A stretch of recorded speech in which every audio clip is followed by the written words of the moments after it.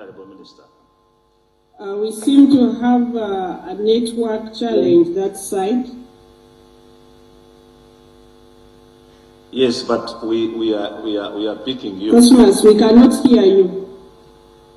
Honorable Minister will be listening in now. It's your turn to tell us. We'll be listening.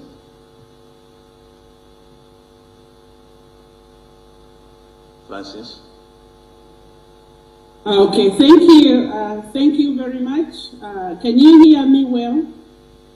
Give me a signal that you are hearing me. Yes, you are loud and clear. Go ahead, Ron. Okay. So thank you very much. Thank you very much, Manifesto team.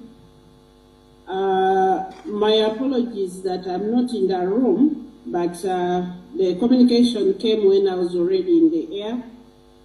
But thanks to technology, we can do this. So what I'm going to do is give a few opening remarks, and then the team in the room will give the rest of the presentation. So I just want to talk a bit about the background and the contextualization. And I must say from the beginning now that it has been a fantastic journey being captain to this ship of STI, taking off on the runway and going through turbulence and reaching where we have reached now. And so we started by trying to understand the context of making science, technology, and innovation work in a context like Uganda.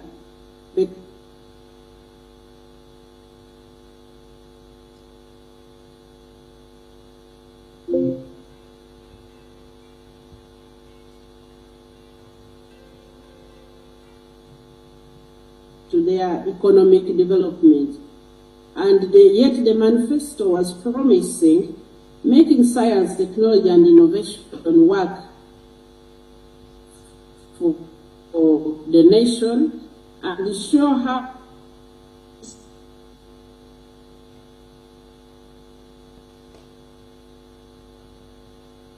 manifesto, we had some clear government wanted to see STI work during this term, and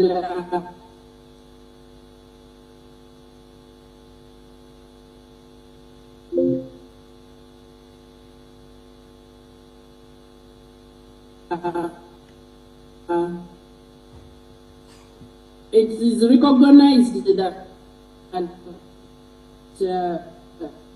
science, technology,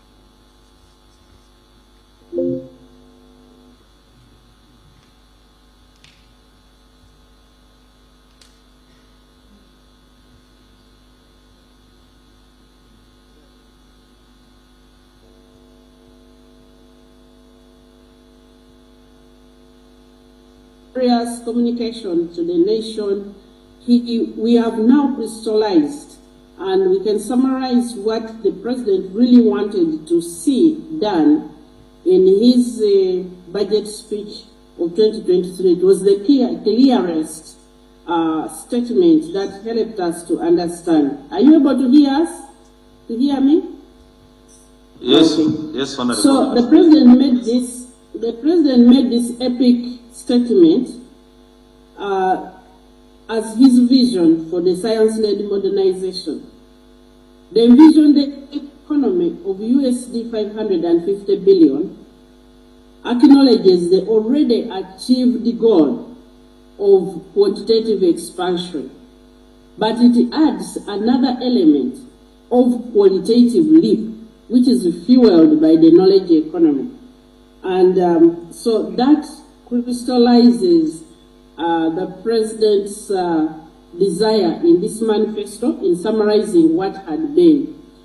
And so we had to think through what is this concept of knowledge economy. So a knowledge economy is an economic system in which the production of goods and services is based principally on knowledge-intensive activities that contribute to advancement in technical and scientific innovation. Now, we have some knowledge which is given to us in textbooks, which has been given to us in school, but that is not necessarily what knowledge economy is. Knowledge economy is you take the evolving knowledge and knowledge that you have generated through thought processes, through analysis of data. And so we build an economic system which is based on that. And what this essentially means is that you are going to go against some of the established things which are ongoing.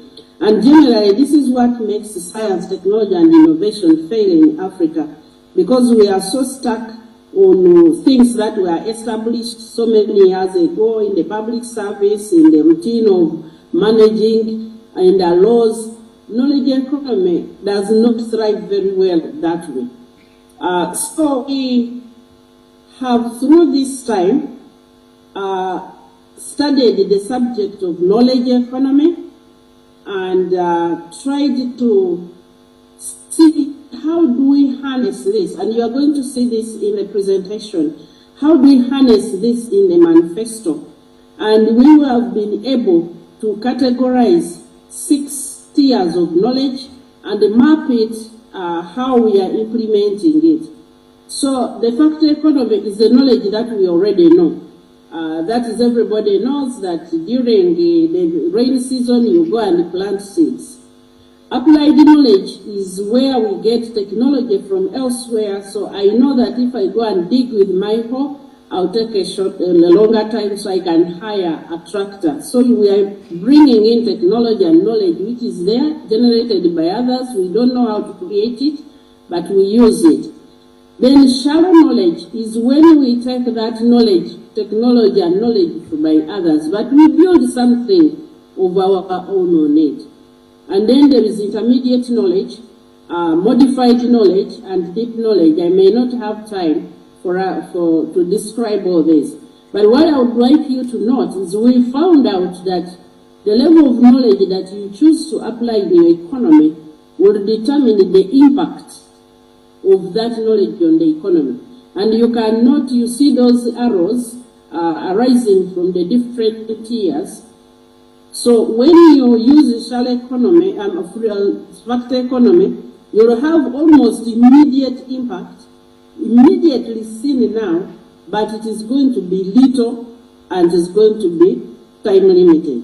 But when you use deep knowledge, which is the deep science and technology, then you may take a bit of time, but the impact is going to be bigger and is going to last long. I would also like us to note, so the value of knowledge increases as you go deeper in the facing that arrow. So the shallower the knowledge, the lower in magnitude and the shorter the duration of impact on the economy. And this means that sometimes you are going to walk in waters that the general public, even the general government, does not understand you very well. Because if you're going to deal with the new knowledge, which is the deep knowledge, because the upper knowledge expires. And so as we have been, how do we apply this? So in our projects that you're going to see as we implement the manifesto, as they present, you are going to see application of that and technology which is ranging from applied technology. We leave the factor economy for what has been done. But for us, we are starting with applied tech, with applied knowledge for applied tech, and then deep, up to the deep one, which many people may not even see value to it, but it is very, very important because it is the one that's going to give us the long-lasting impact that we want. And so, knowing this, that the difference between the developed nations and the underdeveloped one, you can explain it by how they use science, technology, and innovation. What really amazes you when you go to China? What amazes you when you go to Dubai? It's technology. It's science, technology, and innovation. And so when a nation adopts this technology and accepts it in their systems, then we begin to produce more value with the same amount of resources.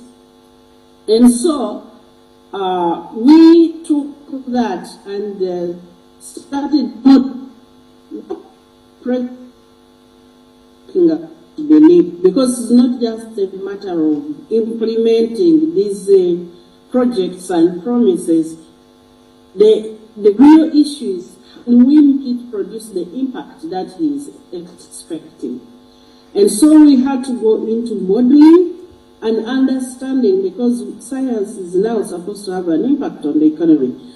So we got data. This is data from international sources, which is available, and we used it to model if the economy of Uganda continues to grow in the areas where we have prioritized, but without making science make a bigger impact. By 2040, we are going to be at around 120 billion, but the president is expecting a 550 billion growth. And so we also did, if we are going to get 550, the economic growth, it's not about actually doubling as much as it is growing it at a minimum of 15%. Because we have seen that most nations which attain the qualitative leap, they are very intentional. They were not gambling. They were very, very intentional in what they were trying to do, especially the head of state was always very, very intentional to make sure that I know what I want and I am going to make it happen. And this is what His Excellency has really expressed throughout the times. And so this is the growth of the economy that he's promised us. And so we have to make sure that it grows. So Ministry of Finance and the other National Planning Authority, they picked this up. We have worked closely with them, and now they have defined the growth sectors which are going to give us that qualitative leap, that are going to give us that leap in the economy. And you can see that STI in that green is one of the growth sectors.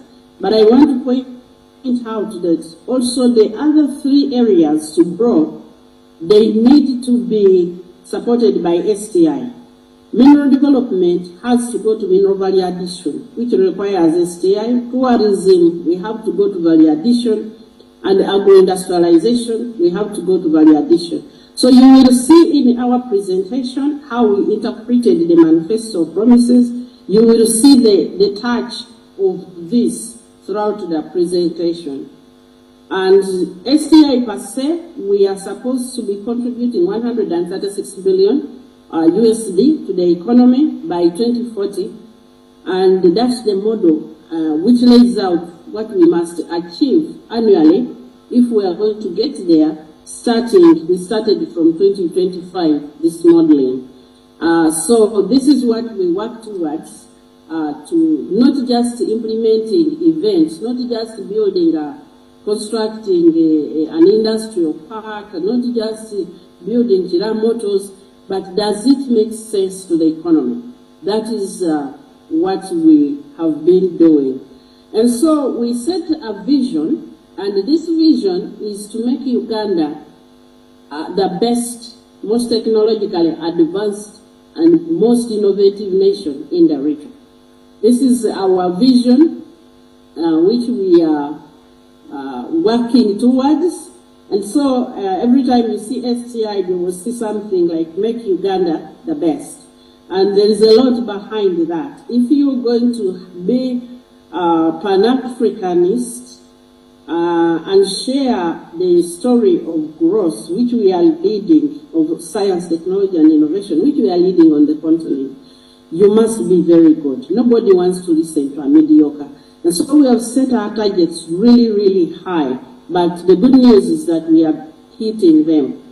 So in order for us to achieve that, we have crafted an ideology, and this ideology is anchored in the NRM core principles of democracy, patriotism, Pan-Africanism, and socio-economic transformation. And so they are reflected all through what we do. They are reflected through the conduct, our staff, through the structure of the STI Secretariat, and how we relate with both other MDAs and private sector, but they are also reflected in how we deal with the international community, both with other governments and agencies. And these are our 8 ideological statements. They are long, but I just briefly that STI is for the economy, so that's why you'll find a lot of economic analysis and the efforts to link what we are doing to the economy, such that we can show that science, technology, and innovation is not just a hobby of some scientists who want to toy around with things in the lab, but it is actually of great impact. And so, actually, I am speaking in Gaborone. I was attending the Africa Economic Conference. I was the only scientist there, but I made a lot of sense. Because if we cannot have Africa and the African nations understand how STI works, then we can forget socio-economic transformation. The second one is making Uganda the best. That is, we go for the best that we can. And it is in our statement because we want to be leaders. The specialized governance for STI. STI does not work in the normal public service setup that we have adopted in the country. It has qualities which just make it is continuously changing, and everybody must be willing to change. But when you move by standing orders, it just doesn't work. Then the human capital development and use. In STI, we don't need labor. We don't need people who come to work because they have a job and they have a job description. In STI, we develop people, and so the hierarchy is very, very flat. Then developing science institutions, you will see quite a bit of this. Then the STI economy highway, you will also see how we have understood how you take science ideas and build an economy. The Lookout Leap speaks to us appreciating our heritage. The heritage of knowledge and understanding that our ancestors have had it's a custody of knowledge, of unique knowledge. And then the Leap speaks about us making sure we are catching up. We do not sit here and sympathize with ourselves and say, oh, you are an underdeveloped nation. Why are you going for that? But the rest of the world has gone there. You cannot be doing 1960s science hoping that you will sell it to the modern community, because we need the market, we need to access the current resources. And then decentralization of STI. So STI works best when leaders at various levels are left to think. We guide the policy, we guide the policy and direction, strategic direction, but ideas arise from brains. Science is about ideas, and ideas are contributed voluntarily. I can think my idea and not tell you. You can't obligate me to tell it to you. So we need to create an ecosystem where people volunteer their ideas for national development. And so we came up with, we have developed a strategy as an output of the implementation of this manifesto. And the strategy has 2 major approaches. Building new economy. This is making things which nobody thought Uganda could be. You know, the class economics, and they are saying that we must have somewhere where we have comparative advantage. No, we are making some new economic, because we have analyzed that if we stay only in our traditional areas where we think we have comparative advantage, we are not going to get the economy that the president is envisioning. And then we defined 5 pillars, areas where we work, and we mapped the manifesto promises to this, developing infrastructure and starting from the far right, making sure we have the requisite infrastructure, making sure that we are paying a lot of attention to developing the human capital, making sure that there is a conducive investment ecosystem. This is an area where we hope that we can discuss, especially as the Manifesto Secretariat moves to work on a new manifesto. STI does not work with the normal way that funding and investment is done by government. We cannot we can't receive money quarterly. Neither should we be forced to give up money in money which has been committed or money which is to finish it in that time. Yet that money can be used. So this is something we need to have a better engagement. Then policy ecosystem. At the base, in the foundations, we have principles that we defined. There are 5 of them. Scientific process, we don't make decisions based on flippant issues. Everything has to go through a scientific process, so you can trust the finding. Ecosystem thinking, we don't see STI working in isolation. STI works in a complex environment. Value chain approach, trying to maximize the value chain in which we have started, and we have to see there are so many products that arise. The STI journey, that is how you take ideas and the multiple steps that they must walk through so that you can bring them to the shops and people are willing to buy, because STI is not complete until there is a customer willing to pay for your product. And the last one is brutal integrity. STI is intolerant of corruption at any level, in any form.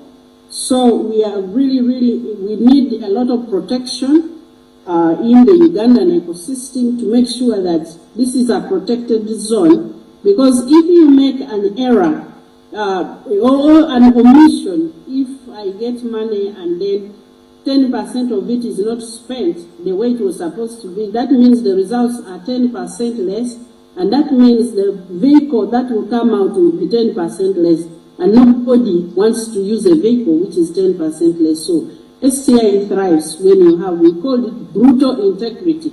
Integrity that is not compromisable.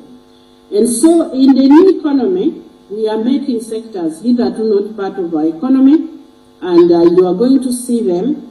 And these are the areas of the new economy: mobility, pathogen economy, space, infrastructure and engineering, then Industry 4.0. These are things that Uganda has not been doing and building our economy on. The ones that we have put up, we are making sure they are not just monuments, they are economic drivers. And so those are the areas, and these were chosen specifically because of the global market opportunity. We are excellent about what's the market. So we look at the global market opportunity, we look at potential for import substitution, how much of that are we importing, and how much of that can we recoup. Then the national strategic importance. Many people say, why are you focusing on space? After all, space, Uganda is still. No, it's a very, very important strategic importance. Then we also look at value addition to our raw materials, which we have, the opportunities presented by global technology and market. For example, why are we doing the mobility? Because somehow the world decided that the current context requires that we move away from fossil fuels and we enter clean energy. Now, it was difficult for Uganda to start competing with people making an engine of a vehicle, because people have been making that since the second industrial revolution. But once they moved to electric vehicles, we put our foot in the door, and we are leading on the continent now, because we have the biggest, most competent, and most capacitated in the automotive facility on the continent of Africa. And we are we are standing shoulder to shoulder with the international community, and then the potential to ignite other value chains in there. So the monies are there. I will not spend a lot of time. And import substitution, this is data from the available sources, URA and WUBOS and Ministry of Trade. So this is how much we are importing, and we are targeting that for some of it, at least a big percentage for import substitution. And the priorities for this is for us to make sure for each of those we have a legacy pathfinder project. That includes a project like Chiramotos, which helps us to learn how you walk this journey. And then we need the requisite infrastructure. That's why for Chiramotos we put up the vehicle plant, but also you'll see a number of infrastructure projects. And this was well articulated in the manifesto, but we had to align it to make sure that it is now the manifesto is speaking to the economy. Then there are new areas of research, because we have not been doing this research. You'll find that there are some gaps, but also in the leap side, people are moving ahead. We don't want to remain behind again. So we have to fund new areas of research, and then we have to develop the human capital, the requisite human capital. So in our report, you're going to see these kind of things. So in the traditional economy, we are taking things that we have been growing, selling as raw materials, both internally and externally, and try to industrialize them. Do research to make sure they are industrializable. So in doing this, we identified that the biggest issue is not even providing value addition equipment to people. The biggest issue is for us to address a mindset of peasantry and subsistence. And we are working very proactively on this, and we have some amazing results, because why do you sell a sweet potato always by the roadside when you could make puree out of it, when you can make baby food out of it, when you can make sweet potato juice out of it? So we are working, and you'll see this in the implementation of this manifesto. And this summarizes our strategy for value addition. When we have raw materials and there's already proven technology outside, we just request for funding to implement, to procure the technology. But there are things that we are producing in the country, manufacturing, but they are not of quality. Even ourselves, we don't eat them. We eat, or we don't use them. We use imported ones. There we are going to invest in improving the quality. And then we have products that we have been importing. We are not yet making them in the country, but the engineering, the science is not difficult. So we engage in reverse engineering. And then when we have products like banana, matoke, many people complain about matoke, but you don't know the value. I hope people is in the room. These people have created a lot of value for this country. And because they have taken a commodity which we were just eating, and they have generated the primary science. I think it's the entity with the highest of patents. And they have created science that is not existent anywhere in the world, and Uganda is owning it. So we have a lot of additional other products, which are indigenous products, which we can give to the world. And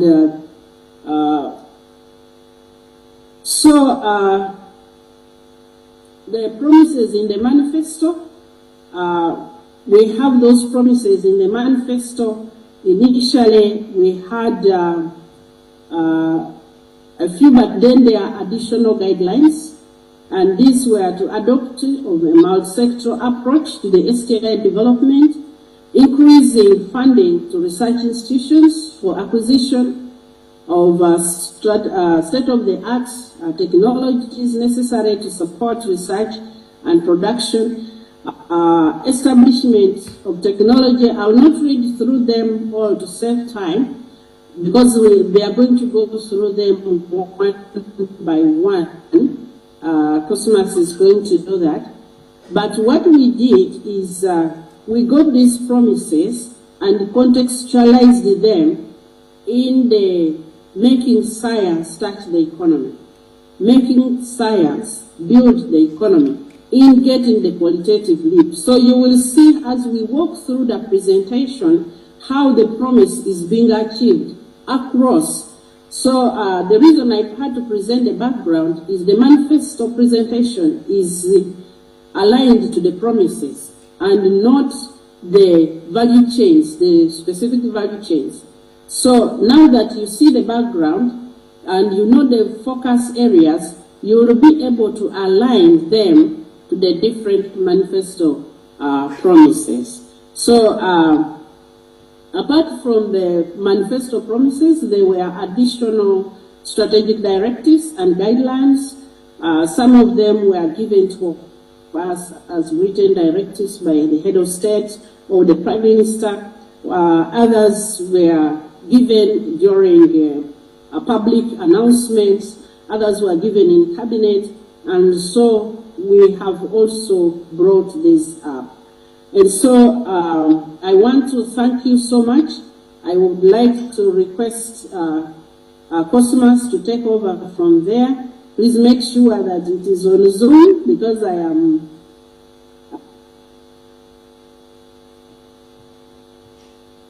continuing to take here.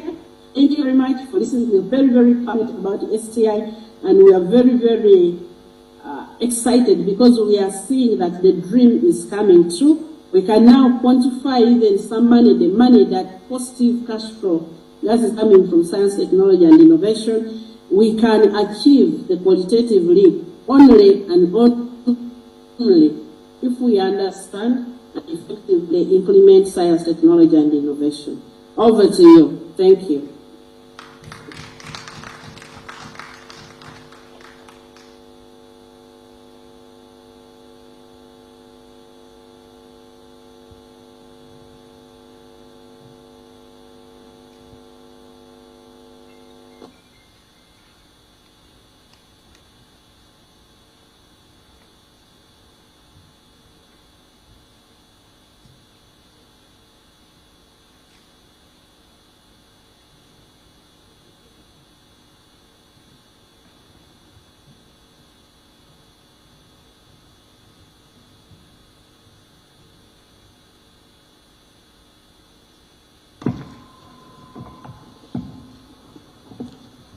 Thank you, Director, and thank you, Honourable Minister, for that introduction. Before I proceed with explaining our progress on manifesto commitments, I'd like to introduce the team which has done all the work, and these members come from the various STI entities. I'll start with Chira Motors, Professor Tikodri.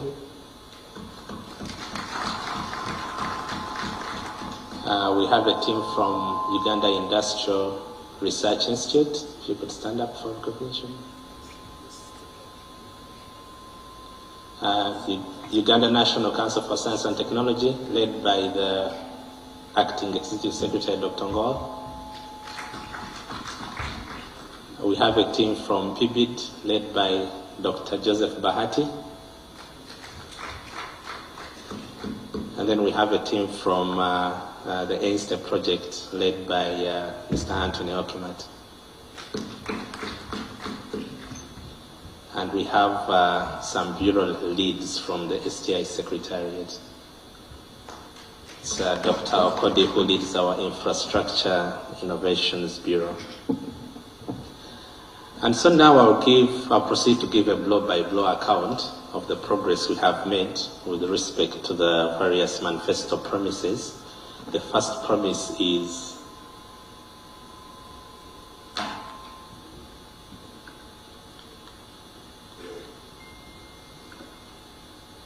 one moment.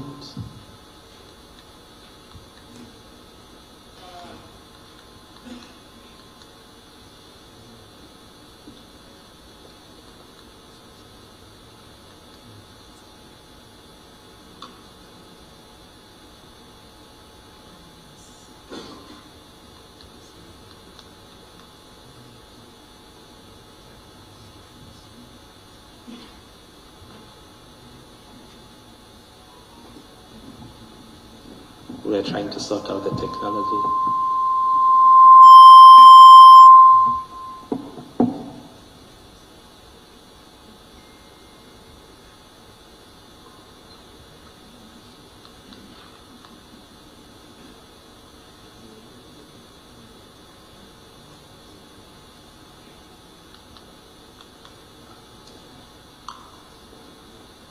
Okay, Francis, maybe I can request for your help in moving the slides manually. One slide back, please.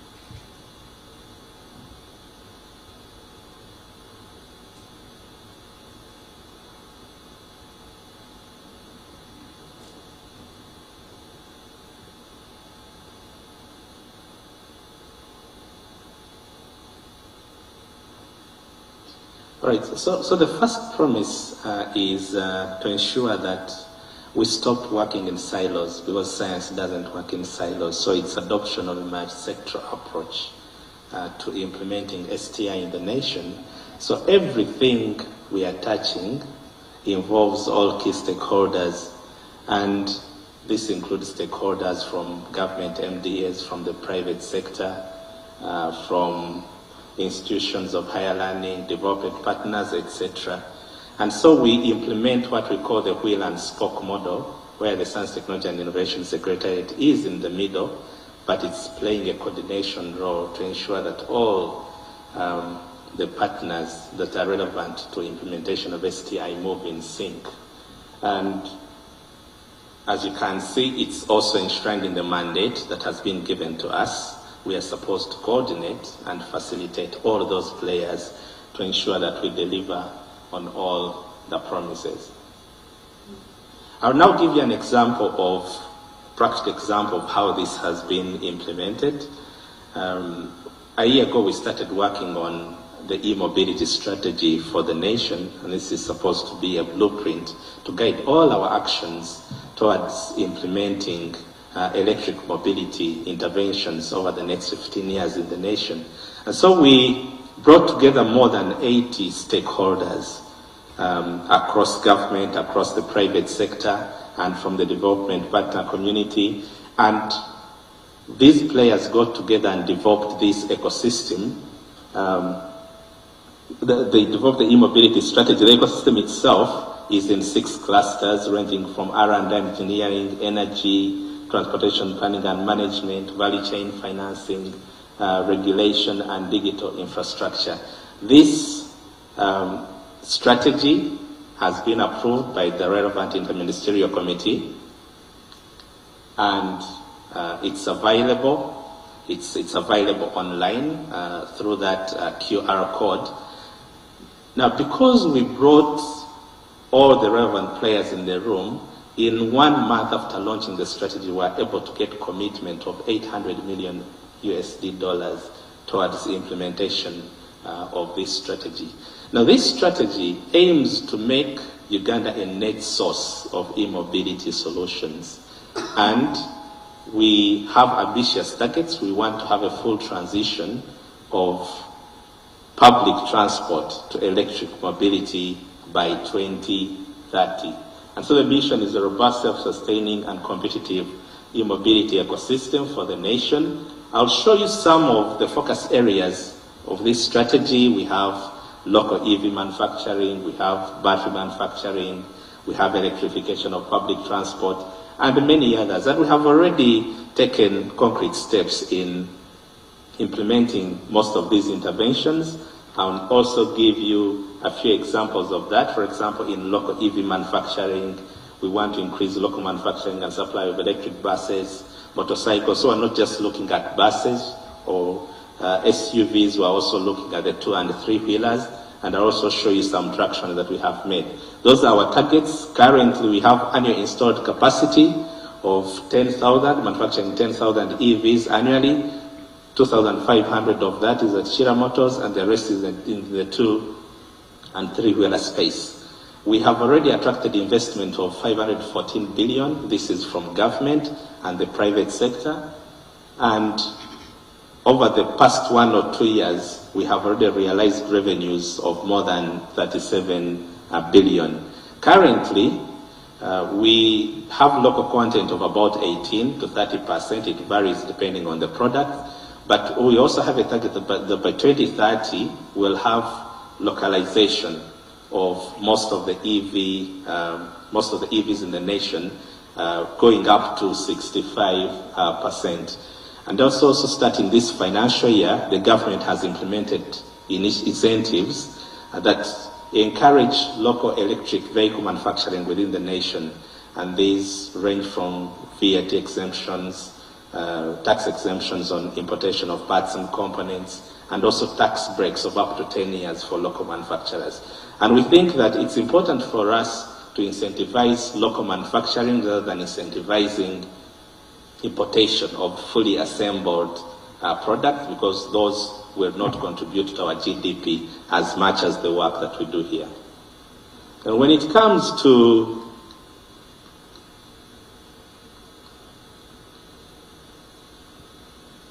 so these are some of the players. I'm sure if those of you who have used bodabodas recently, you might have sat on a boda and you don't hear any noise and you wonder what is happening. We already have more than 4,000 electric bodabodas throughout the country. These are some of the players. We have Spiro, we have Zembo, we have Gogo, and we have Kara, which is making electric bicycles within the nation. And all this is with our support. And in fact, the target for transition of bodabodas to fully electric is even closer. We have a target that by the end of this manifesto implementation period, we should have hit up to 80%, and we have full transition by 2027. Now, like I mentioned earlier, we cannot make everything within the country. Every nation that makes electric vehicles or makes anything operates on a simple principle. You buy some and make some. You have to identify particular niches that are going to have maximum economic impact for you as a nation. For example, you're not going to start making bolts and nuts. The technology is mature. You're not going to make enough profit by selling 5,000 bolts in a year. So let someone who has mastered that for the past 100 years continue doing it. But then there are some areas where we can break ground. And this helps us to now see how to start leveraging our natural resources and have them contribute to the mobility value chain. And in fact, for this reason, mobility is known as an industry of industries, because it can spur various value chains, especially emanating from our minerals, our petrol, our oil and gas industry. So you have plastics, you have wiring and wire harnesses, which we can get from copper, rubber, and many others. We have components we can make from leather. We have our mineral ores, lithium, graphite, cobalt, which we can use to make EV batteries and many other components. We have our iron ore. As you know, government has a moratorium on export of raw mineral ores, and this is why government really is insistent that would rather keep our mineral ores in the ground instead of giving them out at a pittance, because the time is coming when we're going to need them to spur our local industries. And we already have players in some of these areas that are doing substantial value addition. You see examples of players who are already assembling. Now, we've not yet gone deep into the battery value chain. We're doing R&D on one end, on lithium and other components That's not yet mature, but somewhere midway we are already assembling, and we're thinking that in the short medium term we'll be able to bridge these two, and very soon you'll have a fully made electric vehicle battery in Uganda. You're familiar with Uganda batteries, for auxiliary batteries. We have electronics and semiconductors players, and many others. And so this is where now the target of 65% comes from, that by 2030 we will have 65% localization, but targeting areas where we are likely to harness as much value for our nation as possible. Now, as far as electrification of public transport is concerned, I had mentioned that the target is that all public transport should be fully electric at some point. Now, this is not just save the environment. Yes, we can chorus that, but we want to do that while at the same time harnessing economic benefit for our nation. And you see what the targets are. Currently, we have only 27 electric buses that have been made by Chira Motors, and 4,300 electric motorcycles from the players that I mentioned earlier.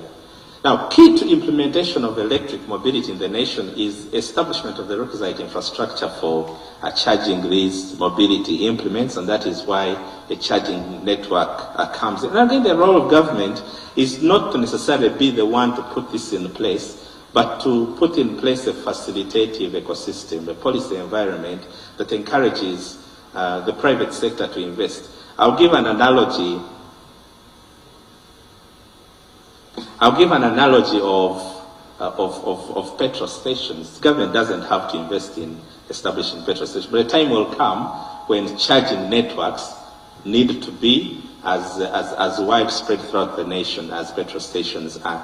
And so we need to have fast chargers at least within a 50-kilometer radius in the short, medium term. We have already gained traction on this. You see that we have more than 30 DC fast chargers already in the nation. We already have 7 at public stations. You can find some. Ministry of Energy has taken the lead. You can find a few at Amber House. We have more than 150 swapping stations for motorcycles.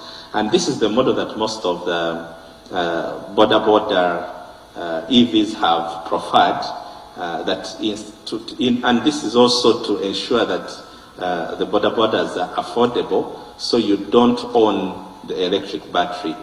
So they operate on a battery as a utility model, so you swap. When it runs out, you pass by a swapping station, and that now alleviates you from the cost that would have gone into buying and owning the battery.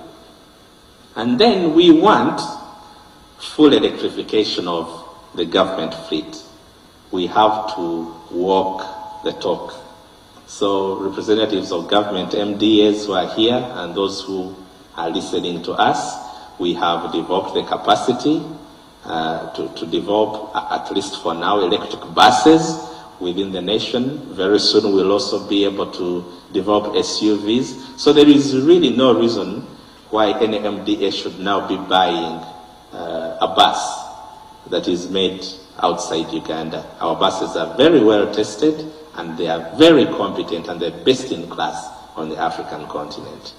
And it would be good if this was taken up as a policy intervention, because we have to support our very own. To also demonstrate how this ecosystem that we call the networks, I'll just quickly highlight a few other interventions that we have taken part in. Our minister led the interministerial coordination team that has restored confidence in the Sukulu Phosphates manufacturing facility, and that is also now nearly back on track. You see the clinical trials for natural therapeutics platform that we have established, so that we start to establish confidence in our natural therapeutics. And this is a cross-sectoral platform that encompasses our health units, our professors. The trial facility itself is at Mulago. We analyze the natural therapeutics value chain. We know more than 70% of our people take natural therapeutics, but you never know how much you should take or whether it's likely to harm you. And that can only be alleviated by going through the rigorous science collecting the data, on efficacy, on toxicity, and many other attributes. Another example that I can mention is on the Climate Tech Summit. Now here we're bringing together local players and seasoned players throughout the world to develop a strategy for development of climate technologies that will work for our nation.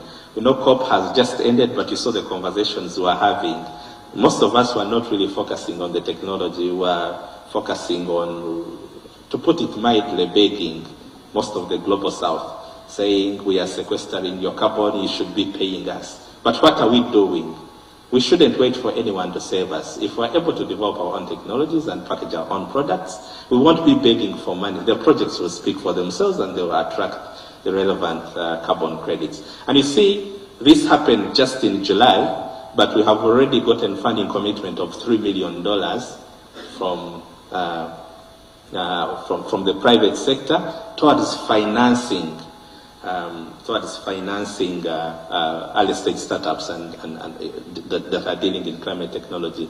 And so the running theme here that I want us to note is that as we implement the manifesto in this ecosystem approach, we're not looking at government as the sole source of investment. We want to attract as much investment.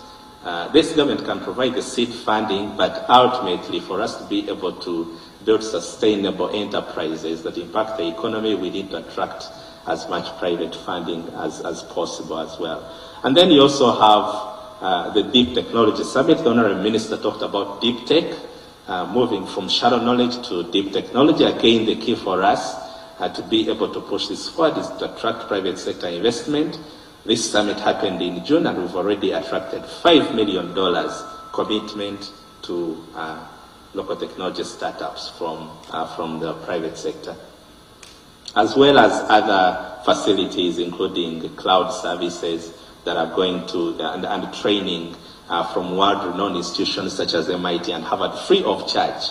This is commitment that the partnerships that we have harnessed throughout the world have given us. And so we are positive that by 2026, we will have fully achieved this promise. And we still have a few kinks to address. We want to deepen value chain analysis across all value chains, but we also want to continue engaging all the MDAs so that everything we touch together and we have collective buy-in. And every intervention that we undertake will have this component, will have this core ingredient in mind. Now quickly, I'll now speak about the second promise, which is increasing funding for infrastructure, both for research and development, but also for production. A few examples. So currently, for the 2024-25 target, we are on 65%. So we think that is on course. These are examples of some of the equipment that we have put in throughout the nation. Most of them are in government institutions. You see that scanning electron microscope. It is the best, possibly the best of the African continent. It's at Makerere University in the College of Engineering, and it can help us to do a lot of work in the pathogen economy, drug discovery, but also in characterizing our mineral ores.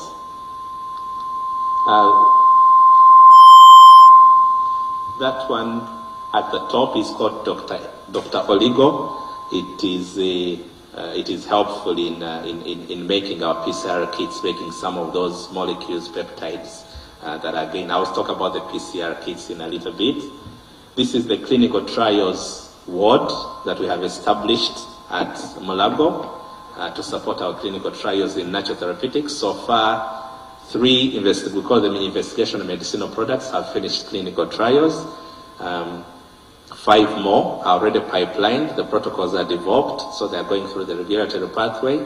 But we have more than 30 products from our local innovators, we call them indigenous scientists, that are going through the upstream processes, including in vitro studies, including animal studies, and many other intermediate process phytochemical analysis at the DIGAL. And at each of these stages, we involve the relevant institutions to ensure that we support our innovators.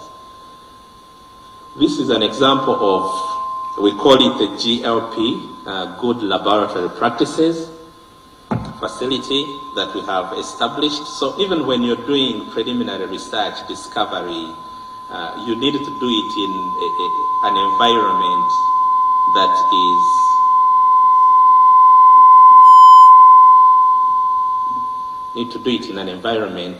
that is accredited, that meets minimum standards. Now, 2 years ago, compare and contrast, the team at Busitema, which was developing natural therapeutics, was working in a ramshackled facility, rented premises somewhere in Imbale, that is on your left, but government has supported them to now establish a 3-story GLP facility, so now they can undertake their work and produce quality products.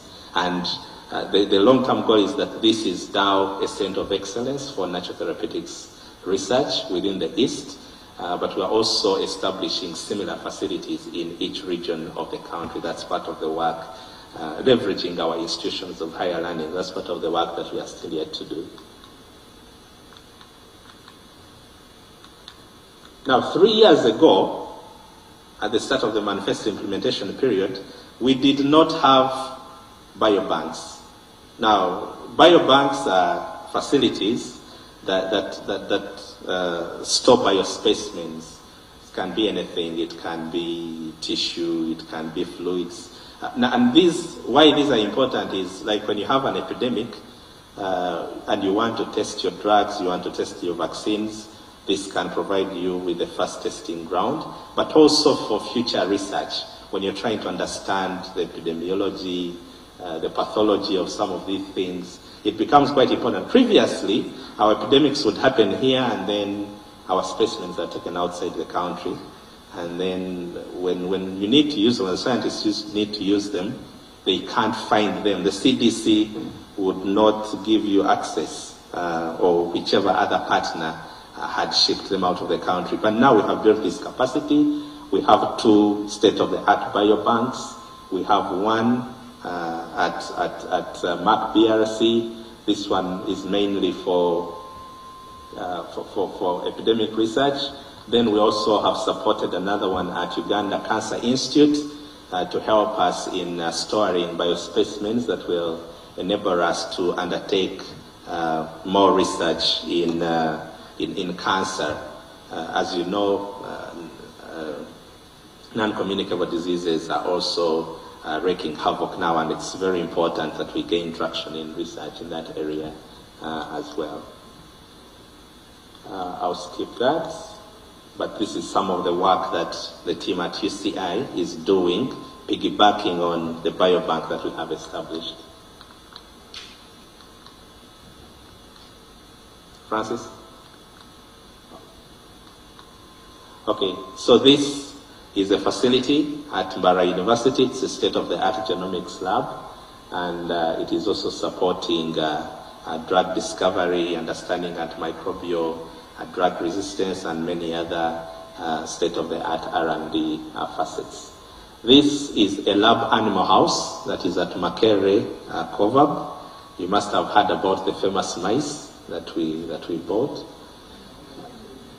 There are now more than 160. We started with only 2 pairs. We have bred them because we acquired a license to breed them. But those were specific for particular diseases, for respiratory tract infections. But now, using that experience, we have now developed expertise to develop our own animal models, because these animal models wouldn't work for diabetes, they wouldn't work for cancer. So now we have started to, and by the way, once we perfect that, a single pair of mice will cost even more than 10 cows.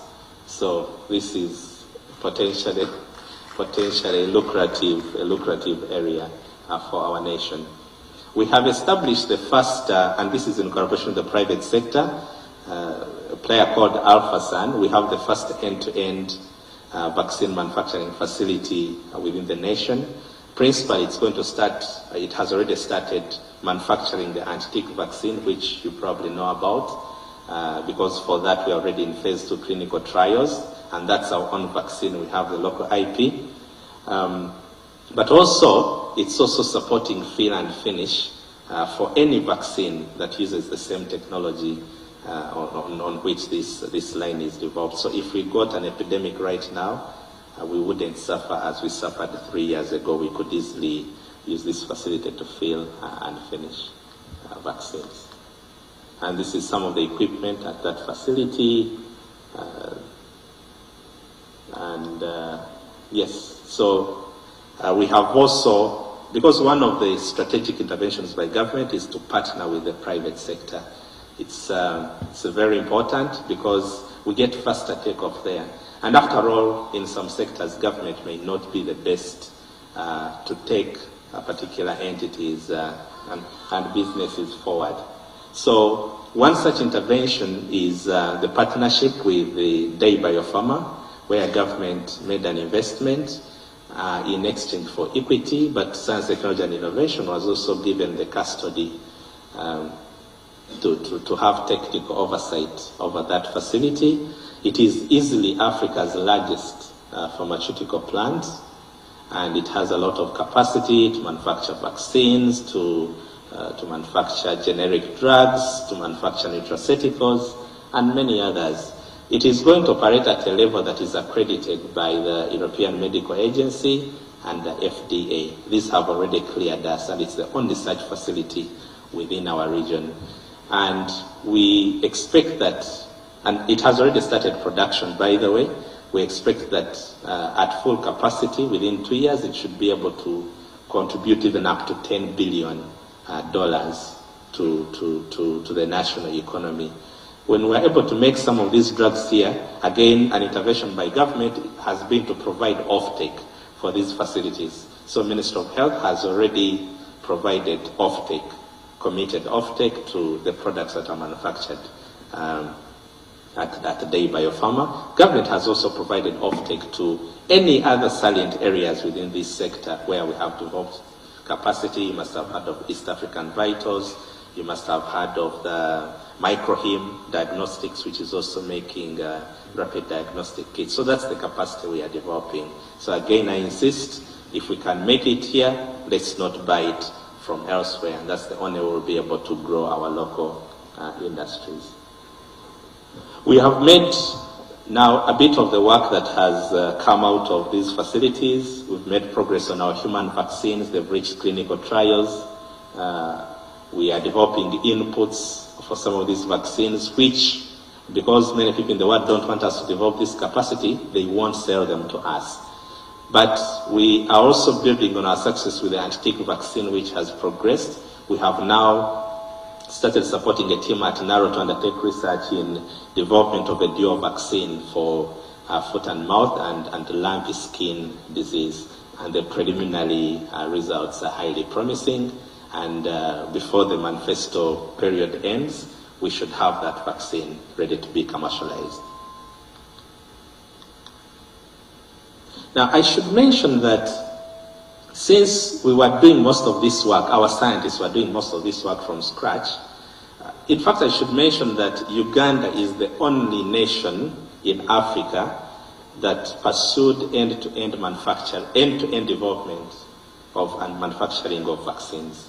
And for that reason, I'm flashing one of the vaccine projects that has yielded uniquely intellectual property for our nation, based on so it's an architecture that can be used for developing other vaccines because it has been developed using our own, we call them adenovectors, which were gotten from fecal matter of our chimpanzees.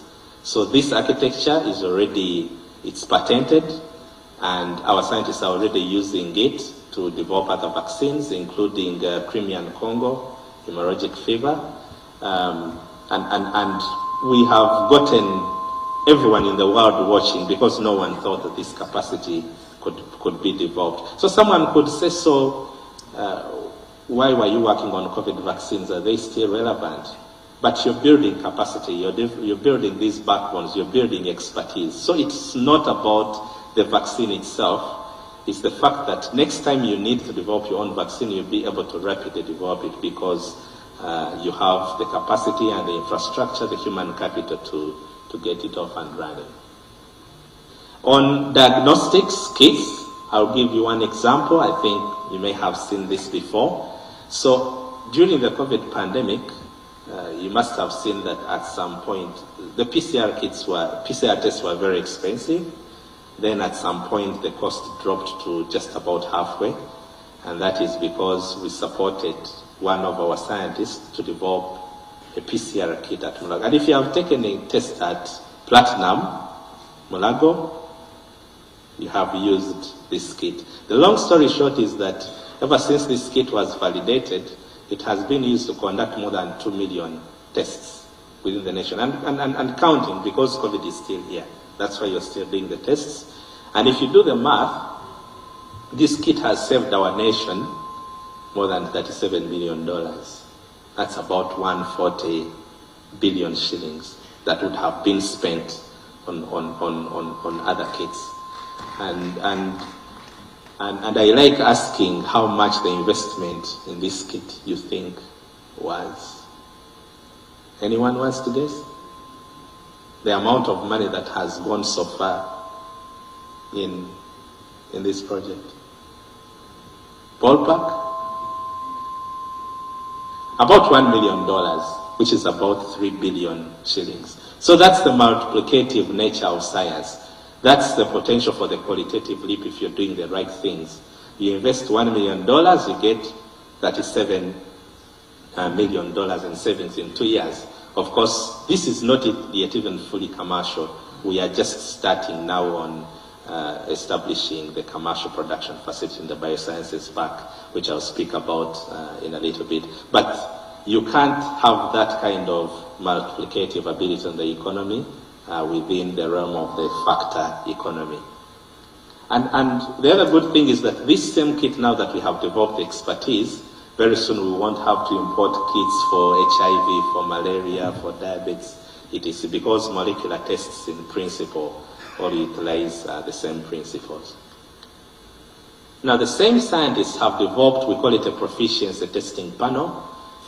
This is for standardizing, for testing the specificity and sensitivity of rapid diagnostic kits that have been made elsewhere. So use it as a gold standard to see if what you want to use is good.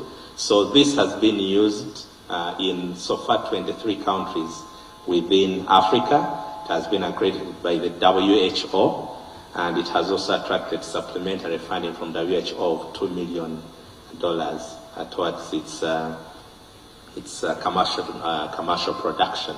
So this is the potential that we have. If your product is already being used in Africa and WHO says it's okay, it means you have a ready market. And the good thing is Uganda has taken the lead in all these areas. No other country in Africa, and I stand to be corrected, is developing RDTs from scratch. We have all been happy to import. Previously, it was 99% even for us. Now we are cutting that down to 90.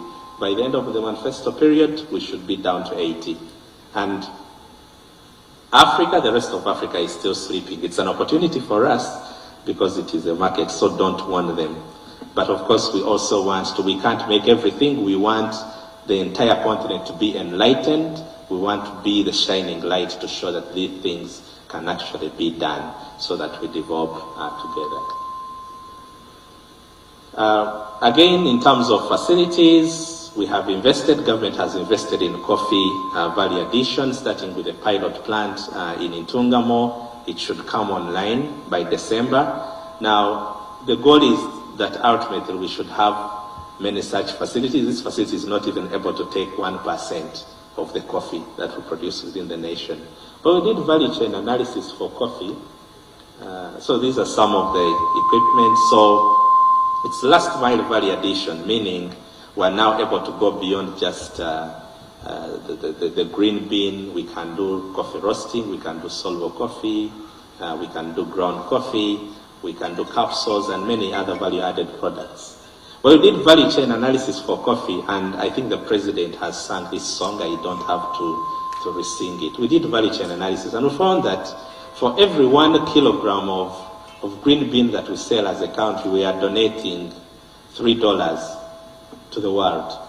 So when we sell unprocessed coffee, we are losing. It's a net loss. Because many of our people count just the money they are getting when they are selling. They don't count the fertilizer, they don't count the pesticides, they don't count the labor, they don't count the land. Even when you own the land, you should account for it as a factor of production. Assume you are leasing it, how much would you have spent on it? So when you do the math, you're actually better off selling seedlings than selling red cherry. But this is what this intervention is supposed to cure. The PIBID pilot plant, the PIBID team is here. In the short term, we want to make PIBID self-sustaining. Right now it has capacity of 14 metric tons of raw banana input. That translates to 1.4 metric tons of dry chips and flour. We want to, government has already committed some investment towards upscaling this facility, fully automating it to 10 times. So that will be 140 metric tons input, translating to 14 metric tons daily. Now we already have markets for our banana flour. Banana flour is unique. It is gluten-free. That's highly sought after on the global market. It contains resistant starch, which most of you know the nutritional benefit of. But we also know that banana is happiness-giving, right? It contains a compound called tryptophan, which when ingested is converted into a chemical called serotonin, which is a mood booster. So we like saying eat banana and be happy. No wonder most of us are smiling. So that's our tagline now, and that's what we're going to use to market our flour throughout the world. Banana products are in your supermarkets. Please buy them.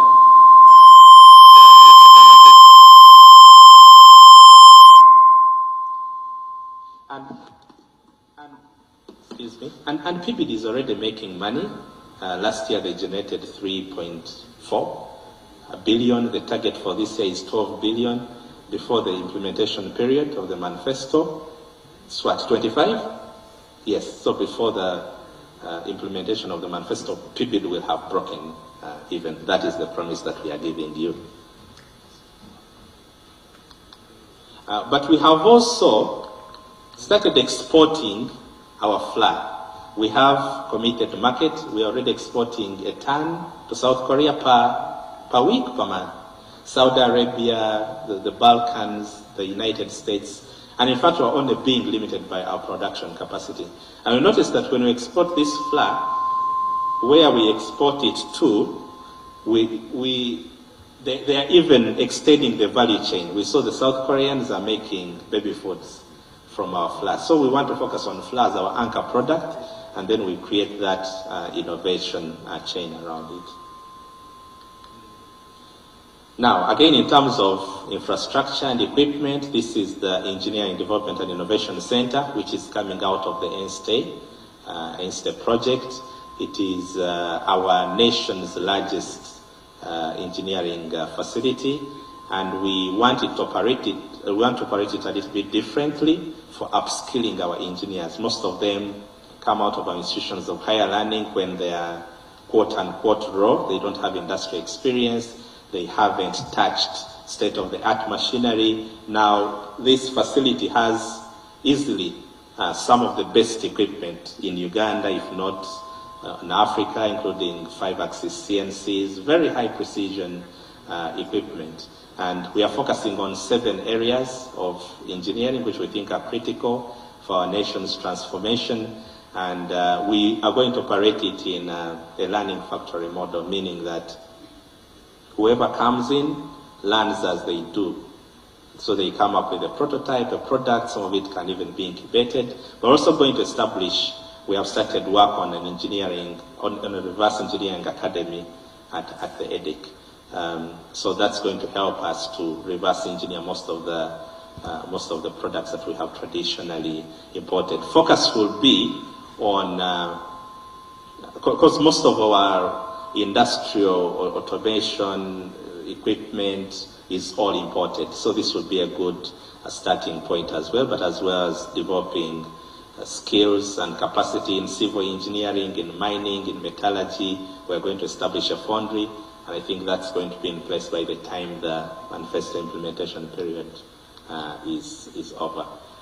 URI has the state-of-the-art manufacturing and machining center at Namamvi. That's mostly used also for production, but also for skilling our technicians and engineers. And we have committed some funding towards operationalizing it, but the commitment is that by the end of the manifesto implementation period, that facility will also be fully operational. Now, we need many more of these facilities within the nation, and in fact, we are targeting to have at least one facility in every region, because engineering contributes at least 60% of the value of any product.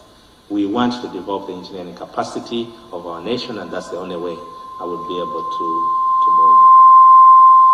We have also worked on infrastructure for the space program. So this is at Impoma.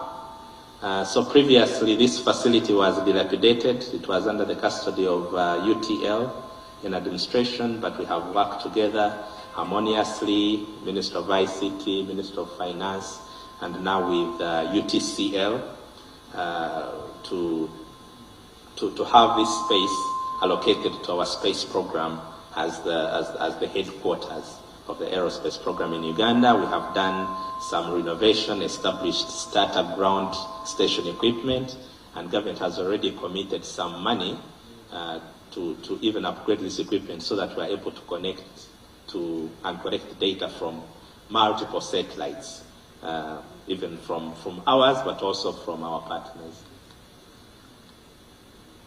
Right, so in terms of infrastructure, there's still a bit of work to be done, and some of it may go even beyond the manifesto implementation period.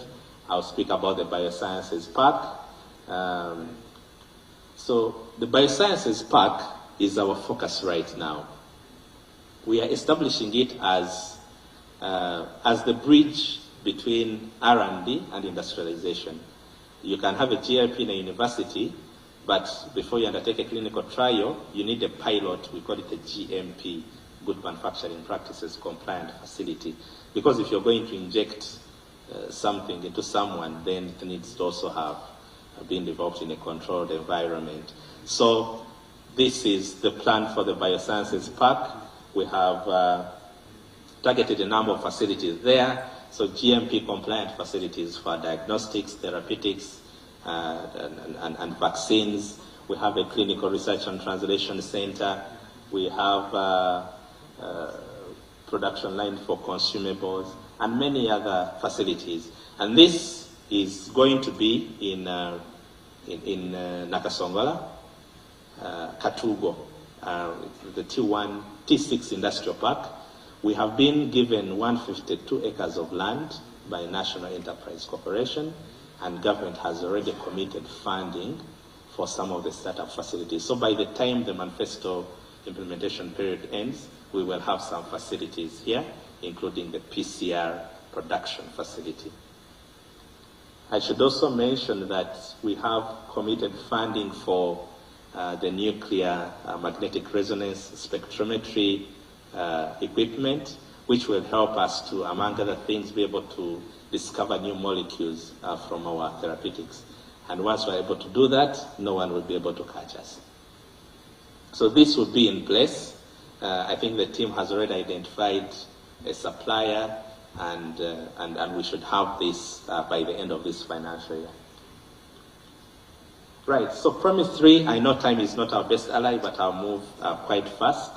So Promise 3 is on technology incubators, and here we are on 62%. We are again piggybacking on the work that is wrong. That should be infrastructure innovations. This came out of the NSTSF project, but we are now repurposing it to house our deep technology center for Industry 4.0 with focus on 4 salient areas, including local electronics manufacturing, electronics components, climate technologies, and deep tech. And these are some of the, and again, the strategy here is to partner with the private sector. So we brought together a consortium of 23 innovators, some of them young companies that were already doing work in this space. And unbeknownst to some of you, our innovators have made stick computers. So what you see there that looks like a flash disk is a small stick computer that you can plug into any screen, any smart screen, and it turns it into a computer. And that can easily make computing more affordable for various applications, including improving the pedagogical experience of our young ones. We also have our companies, young companies that are already making smart meters and have started work on many other things, including electronic control units for our electric buses and also biomedical equipment control units.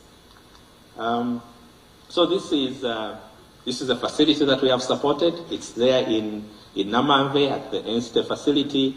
It has state-of-the-art, we call it surface mount technology for printed circuit board assembly.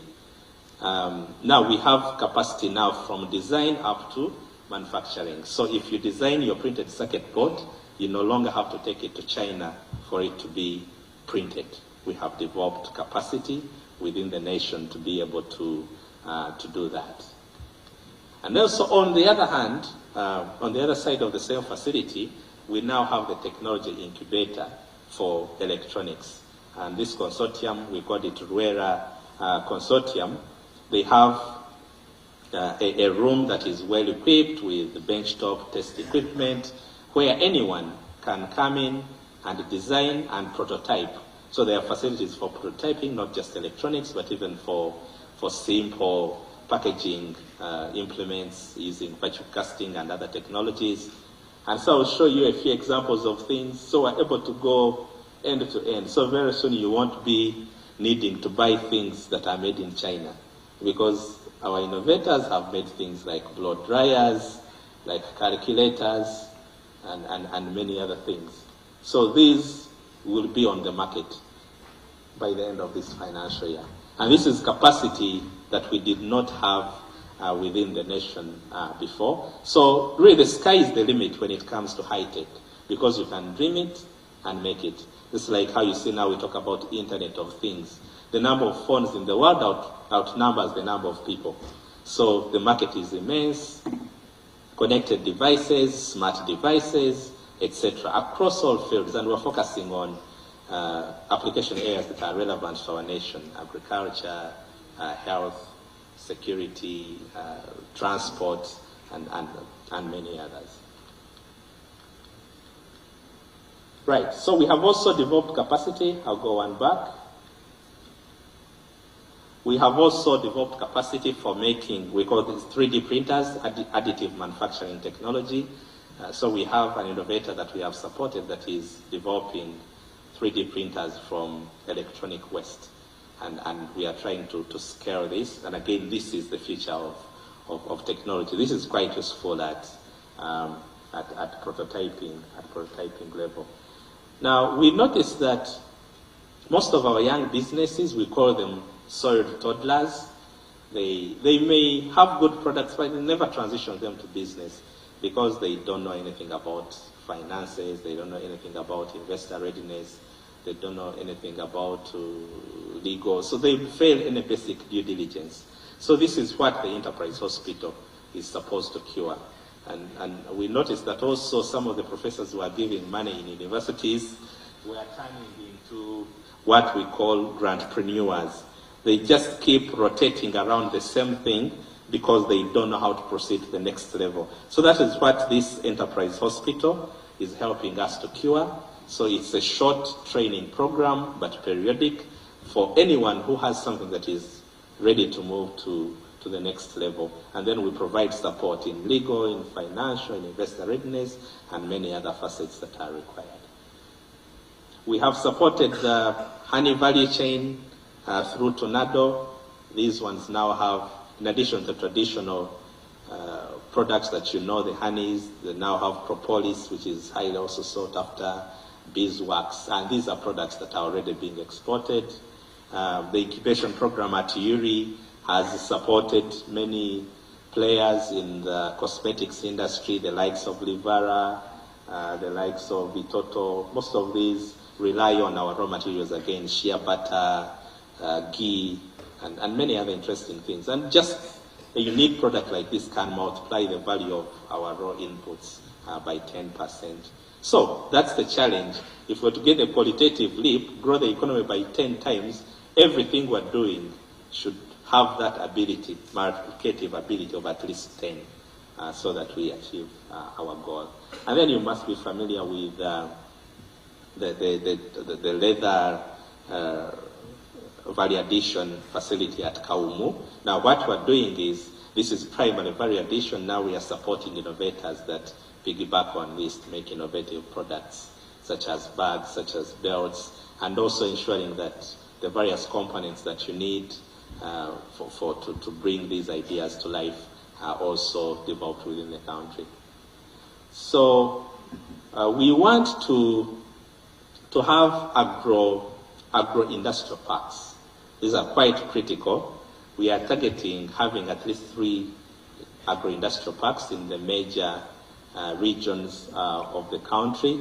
And these are going to help us nurture incubation and product development and enterprise development within these regions. We want to leverage capacity around institutions of higher learning.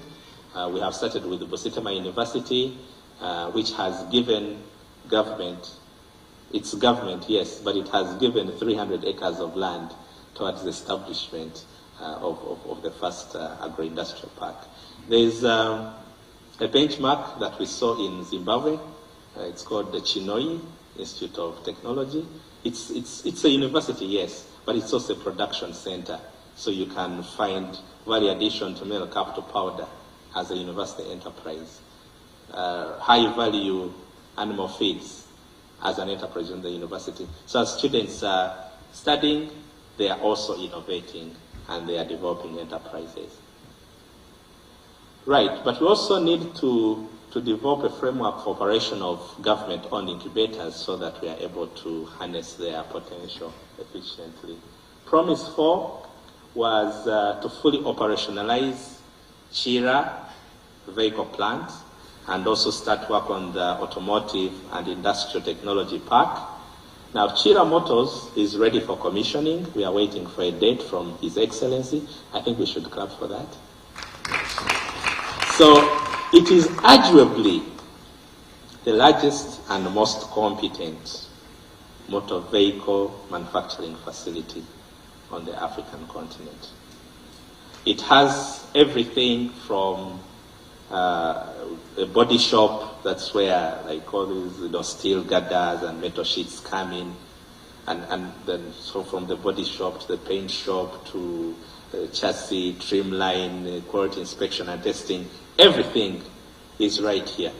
So we now have the capacity to make electric buses end to end, and we are already doing it.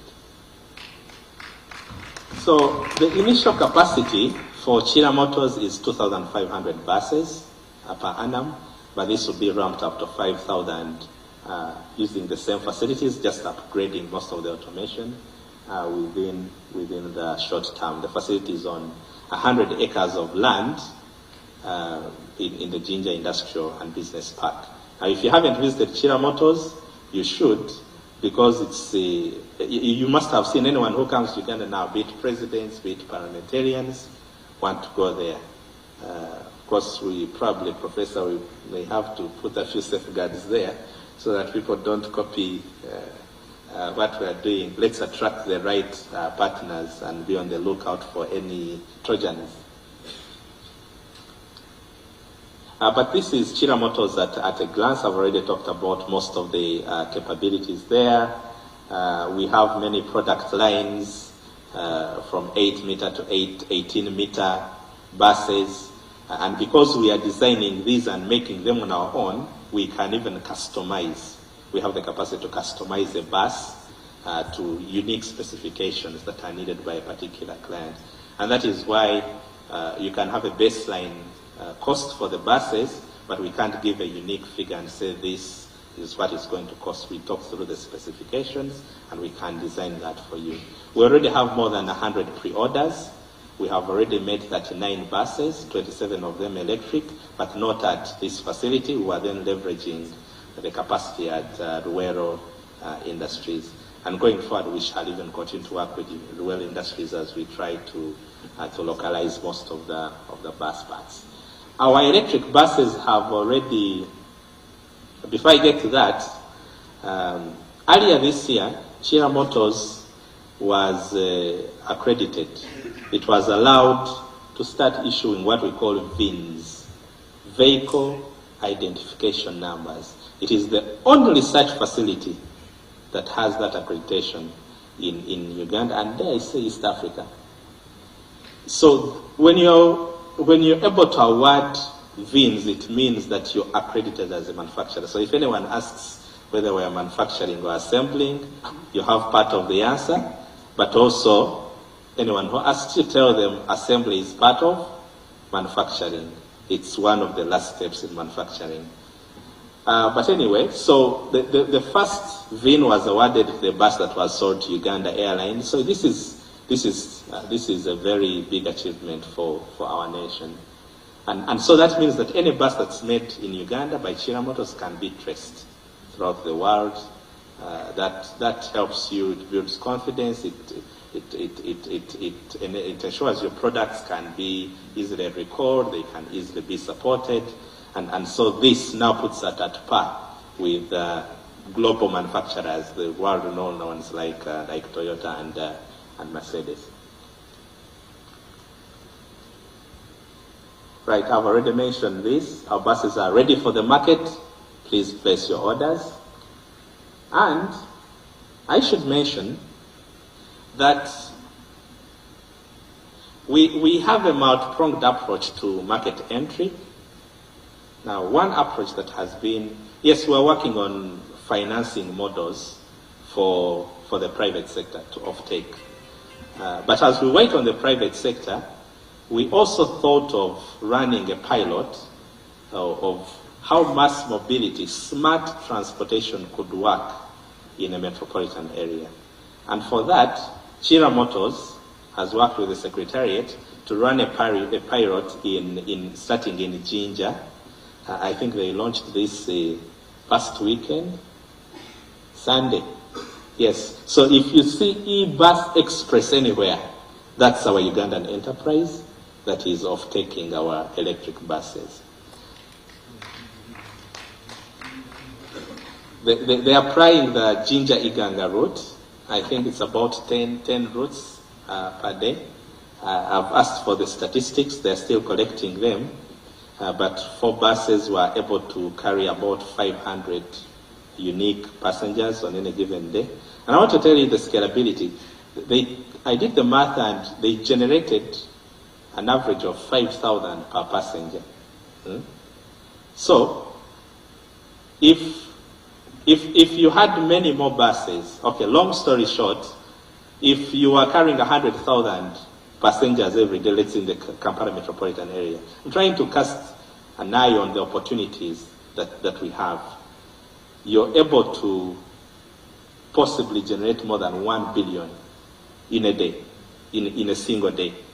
Now, the other good thing is electric buses are more than 70% cheaper to operate. Remember, they're not consuming fuel. They have less moving parts than the ICE alternatives. So you're able to make money so that even if you bought this bus on credit, you're able to break even within the short term. So this is the opportunity that we want to encourage our private sector to take up. But yes, next time you're in Jinja, make sure you take a ride on Africa's next generation smart transport solution. I should mention that an innovation that we also supported is implemented on the Chira, on the EZ Express. That's the cashless mass transit. I think you can see someone holding it. It's a card, it's a smart card. So you load your money there, and when you're entering the bus, you just tap and you're paying. And this also improves the efficiency on the side of the operator, but also on the side of the bus rider. Okay, so now looking forward, within the Manifesto implementation period, we want to start work on the automotive industry and technology park in Kayunga. During the period, we have already acquired 2 square miles of land, and the next step is to ensure that this is transformed from a green field. So put in place basic utilities. The investment required is immense, but government will just do that part, put in place facilities, roads, water, electricity, and that will attract private sector investment. This is why we also want to put the plant for manufacturing SUVs, but also very many other facilities that will support the rest of the ecosystem, including localization of component systems and parts, product testing and homologations, skilling centers, and vehicle parts manufacturing. In the interest of time, I will not show this video to the end, but we will share it so that you can watch it at your convenience. But we have explained the entire extent. So we already have a feasibility study complete. We already have a business plan. And now the next step is to put in place the utilities.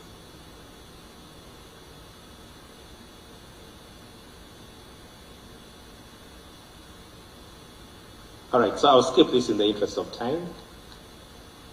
We have already started work on localization of vehicle parts, including the chassis, the frame, the car seats.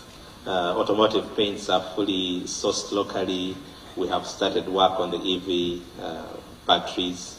And again, I reiterate, our target is by 2030, we should have 65% of the value of this bus locally. Right now, we're about 28%, Professor? Yeah, about 28%. Right, so we want to fully capitalize Shira Motors. Government has made that commitment and upscale the facilities to up to 5,000 buses annually. Then we want to service the automotive park and also attract private investment. And once we're able to do this, we will have fully achieved the Manifesto commitments, but we think there will be an overflow a bit in the next. But we promise that by the end of the period, we'll have at least reached 80%. Right. The next promise is on flexible funding arrangements for innovation-driven enterprises. Government is doing its best, but as you know, we have a constrained resource envelope and competing priorities, so we still, that's why we have to still engage everyone to ensure that they understand that what we are doing is important, and so we're able to attract even more funding. We have an innovation fund that supports various projects, including not just professors, but also our Juakaris, informal sector, to bring their ideas to life. We have more than 100 projects that are supported currently.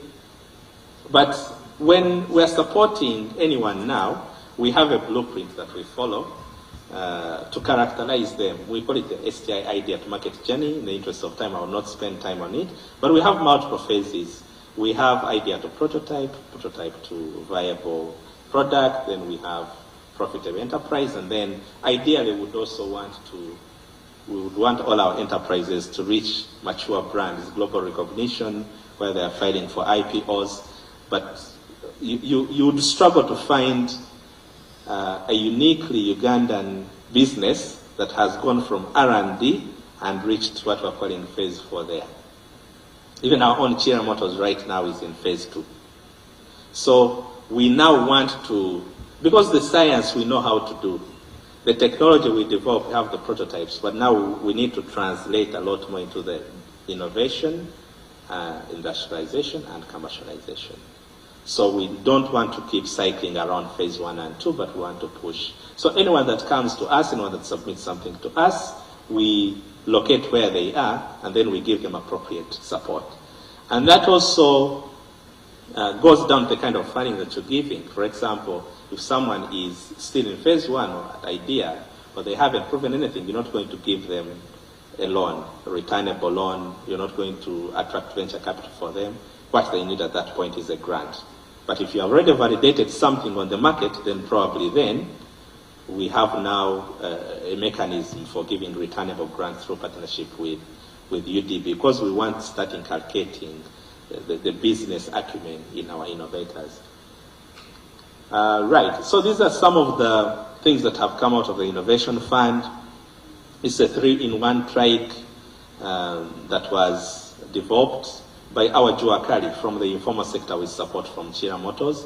So there was an engine, a rudimentary, rugged engine that wasn't a product, but we supported them. They developed a 3-in-1 trike. You must have seen it. It was launched by the President at Independence Day in Kitgum in 2023. So now we are supporting this, and this is going to be at Webitate now that the facility is ready to improve the engineering precision and mass produce it for the market. This single vehicle can transform a household into an industrial enterprise. It can carry 1 ton of load, it can generate 6 kilowatts of power, and it can pump 6,000 liters of water per hour. So that's why we call it a 3-in-1 trike, because it has that triple use. Right. We also have a cooker, a solar-based cooker that uses Ugandan patented inductive heating technology. And this one is also going to be pushed to the Engineering Development and Innovation Center for mass production. This is from Makerere University, and it's also ready for the market. We have a bioreactor that has been made by one of our scientists as well. Now, bioreactors are quite expensive. This is a 5-liter, the prototype is a 5-liter bioreactor, and when we do the math, it costs about 10% of an equivalent bioreactor on the global. Yeah, it does very well. It can produce biofuels. We have already tested the output. We have already, as you know now, policy-wise, we're also, to reduce emissions, we want to put as much biofuel into the petroleum products as possible. We have already tested the quality of the biofuel coming out of this, and the fuel is performing very well in the internal combustion engines. So this is again Ugandan technology with a bit of reverse engineering, but with some bit of novelty as well. Now this is advanced research in nanoparticles. Some of our scientists have figured out how to make nanoparticles from metallic dust, which is produced at a large scale by our steel and mills industries. Now they make the nanoparticles and package them into filters, which they can use for filtering water or industrial effluent. And that's a very big global market. No one is doing it in Africa. The product is really good, and I think by the end of this year we'll have finished the industrial validation, and we'll do the mass production at Revitate. Now, I keep mentioning Revitate because we have discovered also that the key is not multiplying effort, right? If you already have a facility that has equipment, you don't need to support everyone now to buy equipment of their own. Let them use that central facility to bring their products to the market. So that's the approach we are taking. And it's the same approach that we use with the biosciences park. This is the Kasaiba cashless mass transit payment system. I already talked about it. This is Pombe Guard. We have supported it also. Pombe is alcohol in Swahili. So the idea behind this is, how many of us drink? You don't have to tell me. But the idea is, if you drink, we lose a lot of productivity because people are nursing hangovers. So you drink, and then after you take Pombe Guard, it protects you from the deleterious effects of alcohol. So you will wake up as fresh as ever. But of course, that's a good enough market, right? But The bigger reason why you're interested in this is that there's anecdotal evidence that it has analgesic properties. It can be pain medicine, so we are taking that component through a clinical trial, and the protocol has been developed as well. But we already have a pilot plant for producing Pombegat. We partnered them with Alphasan. This is another product from a Juakari, an egg incubator. Most of the egg incubators we have in the nation are low volume and they are imported. What we have validated is the product that can carry up to 5,000 some? 500? 1,000, up to 1,000 eggs. And it's already validated in the market, and now the next step is to mass produce it. And its cost is about 50% of competing technology, I think. So, of course, we're not looking at just this, you're looking at the trickle-down effect. If you're able to roll this out, let's say in PDM, it means that now you even increase productivity at the grassroots level. Right. This is another product that is Ugandan intellectual property. It is a biodegradable hair from banana fiber. And again, this is very unique, and it has been validated. That's why you see it on someone's hair. This is a multi-billion market, multi-billion-dollar market globally. But of course, what is important is now we are talking about saving the environment, right? So this product could easily gain traction and sell billions of dollars on the global market. And now we are working through the mass production, and very soon within the Manifesto implementation period, we'll be able to show some good results from this product. And what I want you to see is that the knowledge economy is about thinking about products that we have traditionally not been making. Even in the traditional economy, you see that yes, most of us have been using shoe brushes. We don't know where they come from, right? But our innovators come up and say, oh, we can make bristles for shoe brushes from cowtail hair, of all things.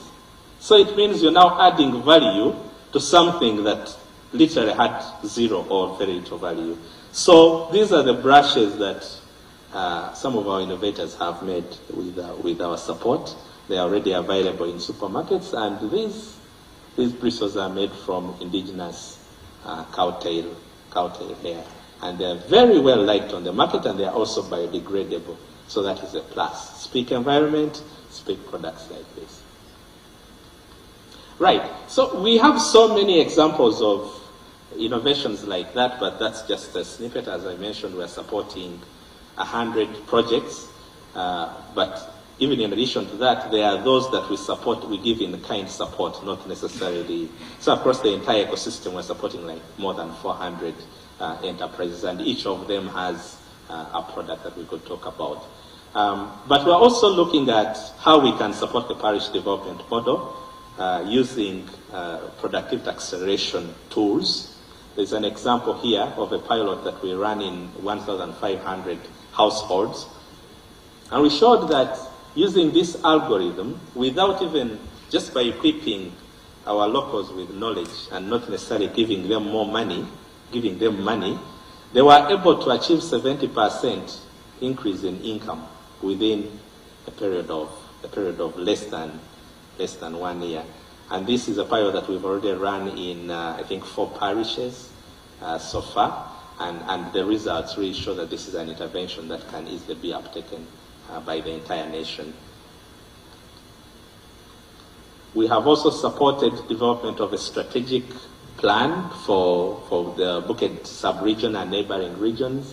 This was launched by His Excellency the President recently, and this aims to uplift household incomes to more than 30 million per year. Again, not by giving handouts, but by equipping people with knowledge on how they can increase production. Then we have an intervention we call district the factory model to provide offtake to the raw materials, ensuring that we have an ecosystem where people can learn from each other, but also having integration of priority value chain. If someone is working on fertilizer, then they should be able, there's enough market within their district to be able to sell it even before. But does anyone know that someone is making fertilizer within that region? And the feedback we're getting from here is that every region should have such a plan, and we are having the relevant engagements to ensure that we can support the other regions to have similar strategic plans. We have also, there's a unique intervention also between Bositima University, STI, and INT Institute for National Transformation. Most of you could know Professor Vincent and Bogu. So this is ingraining entrepreneurship within the youth. The target is that we have 300 youth skilled in agro production and 300 enterprises by the end of the Manifesto period. And this is some of the training that's currently ongoing. So you're looking at champion youth enterprise leaders that can lead the economy at that level within the nation. Now, yes, in addition to the funding that we give from the Secretariat, universities also have research funds, which we are glad to talk about. We know Makerere University gets about 30 billion per year. That has recently gone down, but other universities get paltry amounts. So that's an area where we need to improve. And mostly in universities, we are looking at phase one. It doesn't mean that if I do the research, I should be the one to take the innovation forward. So we also have an innovation exchange center so that if someone has their IP, they can license it, they can choose to take equity in an enterprise through partnership with entrepreneurs, and so on and so forth. Now, the Innovation Fund is the key component of what we do. We think that we have a good case for it to be increased, but we also want to establish what we call a fund of funds, which is like a rolling fund, so that I earlier talked about a revolving funding mechanism, returnable grants, so that I give an innovator funding. Once they have broken even, they're able to pay it, even if it's at no interest, so that it can support another innovator in the ecosystem. So it doesn't look like you're giving people free money, but it's money that can move around. All right, I'm about to finish. Promise 6, this is really not our unique domain, but where we know government has done a lot in improving the pay of scientists. Most people are happy, but what we need to do science on our end is we have started developing tools to measure people's productivity. So you're a university lecturer and you're saying, pay me this much, but do you really merit it? What are you bringing? What's the input that is driving that output? Or you're just draining the economy? Is there someone who could be paid even much more? Or could you be... Okay, now, this also goes to the private sector. What informs you to hire 5 people instead of 3? Are you looking at the amount of products you're churning out per day? Or if you're going to have production, 4 months without production time, do you need to keep people on a constant salary? You could probably pay people at a man-hour rate. So these are conversations that we need to have. But by and large, you see that through government intervention, the average annual salary to compare of a professor in the US is $100,000. If the annual salary for a professor in Uganda is 168 million. So if you use purchase power parity, you'll find that in effect a professor in Uganda earns more than a professor in the United States. So I think government has done really well. But now we need to ensure that you're paying people well, but are they producing? Shouldn't be a song of pay us more. And so that's why we are looking at developing and implementing productivity analysis tools for scientists throughout the nation to inform remuneration, and this is a promise that we will deliver on within the Manifesto period. Creation of a supportive ecosystem, we're at 84%. We have a one-stop center where anyone can walk to us at any time, but also we have virtual online media through which we can be reached. We have an investor readiness program. I had mentioned it. We undertake value chain analysis. Value chain analysis now brings us to the Chibaro, which is the prime spot in a value chain that is giving you potential for that high multiplication ability. So we have done value chain analysis for almost all our raw agricultural products, and we know where government is supposed to intervene. And we do all this in concert with the relevant MDAs. Right, so again, we'll be able to achieve more than 80%. We still have to functionalize our exchange center, which is the handshake between researchers and entrepreneurs. We want to streamline, because most of the things we're working on are new, we need to harmonize with UNBS and ensure that we have the requisite standards. But we also have a lot of work in streamlining the IP value chain with URSB. Okay, as I come close to the end, supportive legal and regulatory ecosystem for STI. There's a lot of work going on in here. UNCST is our chief regulator for science in the nation. We have done some work on streamlining it and enhancing its capacity. We have worked a lot with NDA to streamline support for the pathogen economy, including all these facilities we are putting up, because it has to be at the center, UNCST as well, from the very beginning and up to the very end, and monitoring all the processes in between. We have an e-mobility strategy. I already talked about it. Now the next step is to work with every MDA so that it's doing its bit in implementing the strategy. For example, the Ministry of Energy has developed draft guidelines for charging, if I should say draft guidelines for charging infrastructure. Those will soon be rolled out. There's a facilitative package for local manufacturers of EVs. We have undertaken a legal and regulatory audit for STI to again inform. We didn't want to rush on revising the STI policy, which is due for revision, because there are so many things we didn't understand. For example, we worked on some products that we were told you can't patent them, you can't protect them, because Uganda signed off to the TRIPS agreement, which binds us. So these are some of the things that we need to be careful about. I think this is where the stakeholder engagement is quite useful, so that we are sure that we are not tying our own hands as we try to develop STI in the nation. UNCST has achieved quite a lot in research registration. Almost all our institutions now have regulatory committees, so at least that process is now streamlined. But we are doing even more, ensuring that there's awareness in our scientific community about this process. Right, we have had a deep dive into what we call, I'll finish in 5 minutes, sir. We have had a deep dive into the Global Innovation Index. This is a song that we've sung for a while, but many of us did not understand it. What is GII? You say GII is a measure of innovation in a nation, but who sets the parameters for GII? Were we consulted? Do we have the data? We actually found that Uganda ranks, what's the position, sir? 101? 121. So apparently we're doing badly.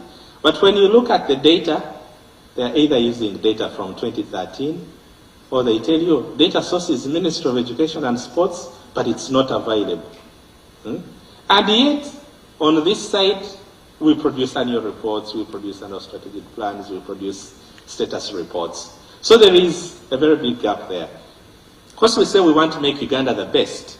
So anyone, even our venture capitalists, if they want to invest money here, they look at GII. If I put up a factory in Uganda, will I have competent human capital? Or I will have to bring in Chinese and Kenyans to run the facility, which would be detrimental to my bottom line. So since we must be measured by GII, we have to work proactively to ensure that our nation improves in this ranking. And we are working on a comprehensive strategy, and we'll be able to present it to the nation soon. But also, we noticed that some of the metrics they are looking at in GII may not necessarily benefit us. So we will also, through this process, identify what we need to be measuring that is not captured by GII, so that we can start measuring it towards growing our STI ecosystem. Of course, GII will not be looking at the impact on the economy. They will just be looking at peripherals, probably, or maybe patents in themselves. And in fact, for us, we have always been looking at intellectual property as if it's the only contributor to GII. But if you have intellectual property and you're not leveraging it, is it impacting the economy? Probably not. So we have to look at the follow-up actions as well. Right. So STI policy and law is forthcoming. We need to streamline working with UNBS on standards. And then we need, since we're working on so many things in each value chain, we need value chain specific regulations. And we promise that we are moving a little bit slow on this one, but we promise that we'll be able to hit 75%. And then lastly, STI human capital development. No STI system is better than the quality of its human capital. This is where this comes in. It's people, people, and people. Without people, you can't have innovation, and you cannot have products. We are doing a bit well on 85% on the manifesto promises. I'll quickly show you some of the things. We have an e-bus operator program. We are putting electric buses on the market. We call them operators because it's different from driving. The gears are different, but you also need to know how to charge. You need to, so we call them operators. We have so far trained more than 200, actually. I need to update this, more than 200, and I think 100 are also undergoing training. So by the end of this year, we'll have more than 300 accredited electric bus operators. And this program is run by Chira Motors in collaboration with Luero Industries. We need to support our policymakers to know how to pick the right things. That's where such capacity building happens. We sent our engineers in Chutech, Japan, and they made our first satellite. Since then, we have not more than 18 aerospace scientists in the nation. That's not a number you can build an industry around. So we have gone ahead to train others in China. We have trained 4 engineers in Egypt at the Egypt Space Agency, and these are the ones that are now working on the mission ideation contest to develop our next satellite. Return on investment, since we're speaking impact on the economy, again, this targets policymakers and innovators. We want to, before we pick, if I had 10 ideas, how am I going to pick what has the highest multiplication ability? So this is an approach that we have gained competence in, and which we think we should build capacity in throughout all the government MDAs. So this is a conversation that we'll need to be having. We have a special leadership science program. For us to build science, we need people who are patriotic, who have the right mindset, but who have that foresight. So it's a program that we run at the Secretariat, and also in some of the agencies. It's a weekly 6-hour program, and it's time that we invest, and which has started reaping dividends.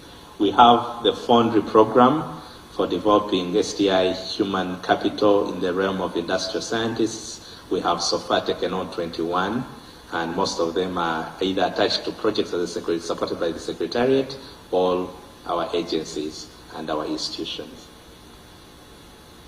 This is Yuri. It's doing a lot of work in also industrial skilling at both the Nama facility, but also in Nakawa. More than 700 engineers trained within the Manifesto implementation period, and I think by the end we'll have more than 1,000 trained. And then within the context of the NSTEP project, we trained what we call TOTs, trainers of trainers, right? So they first undertook training in China. Because we're putting in place this high-tech equipment, we don't have capacity to not just operate it, but maintain it, service it, and reverse engineer it. So that's the idea behind the TOTs. So we first had a 3-month training in China, followed by 4-month training in Uganda, and I think the training is ending very soon. So we have about 25 TOTs that have been highly skilled. And then our partners at the bilateral level also sometimes give us training opportunities. For example, this is the China supporting us with training in electric vehicle manufacturing. They also supported training in global satellite navigation systems. This is the International Vaccine Institute that has supported 3 of our people to undertake training in GMPs, biomanufacturing. So at least we have some capacity in there that we did not have before. So looking forward, now we need to further grow our capacity, we need to look at the diaspora reintegration program. We have many people that are out there. They're really good. They're working for Boeing, NASA, GSK. They want to come home. We need to have a structure for them to be able to come and contribute to our ecosystem. We want to expand the foundry program, operationalize the Engineering Development and Innovation Center, and have an accreditation mechanism for the outputs, but also have market creating innovations training for the entire ecosystem. And we think that by the end of the manifesto period, we'll achieve more than 90%. So at a glance, this is where we are in terms of the manifesto promises. We have an average of 79% right now. But in terms of the eventual targets, for the end of 25-26, we are at 61%. So Director, members, we promise you that by the end of the manifesto implementation period, we will have at least an 80% overall. And when I was in school, I think that would have been an A. So we promise you that. I'll gloss over this. We have a few challenges, including still skepticism for Ugandan-made products. Through our buses and many other products, I've shown you, we don't want you to buy Uganda out of pity. Buy Uganda, build Uganda, because it's a quality product. So we promise that we'll give you quality products. So this skepticism should really go down. We want to improve the regulatory landscape. We want to have more structured funding. We'll keep lobbying. But also, the principles that guide effective deployment of STI that the Minister talked about earlier, we need to inculcate them in our ecosystem. To conclude, we think there's now a clear understanding of the journey we need to take, as earlier presented in the strategy. We are able to demonstrate a number of pathfinder projects. We call it action learning. We've been able to learn through implementation, and I think now we know a little bit of what needs to be done, because we have trailblazers that are setting the pace. We have a clear strategy for human capital development, and we have achieved buy-in from government, because STI has been recognized as an anchor, one of the 4 anchors in achieving the qualitative leap in NDP4. And that's a success that we'll build upon. And so the next 2 years, I should say 1.5, remaining in the manifesto implementation period, will enable us to build on what we have achieved, but also taking further input, further iteration. And so that's why we're interested in the conversation, your observations, so that we can further improve and make STI work for our nation. Thank you very much.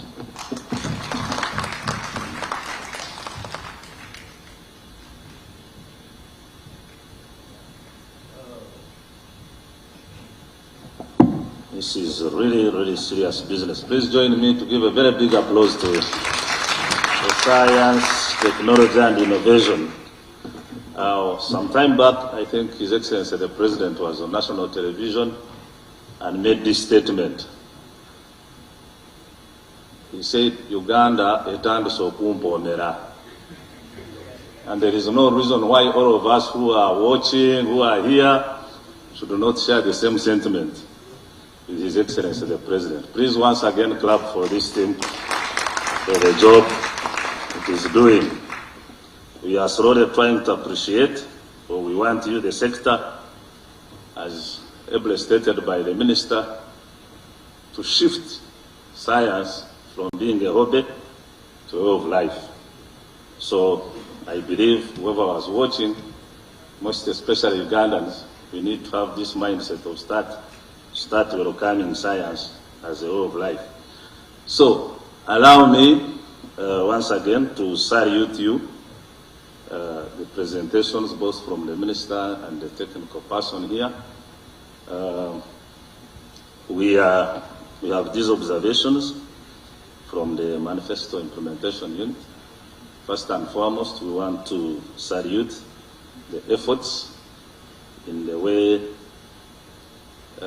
science is slowly but surely integrated in the socio-economic transformation journey through the various interventions and investments that we have seen here.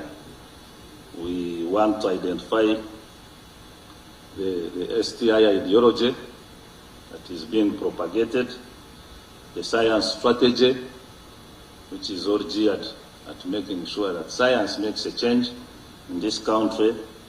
We have also seen that through these innovations and investments, the country is making a big saving in terms of import substitution, which will also go a long way with creating capacity internally to make the economy grow through job creation and also expanding the economy, which can now generate a lot of revenue.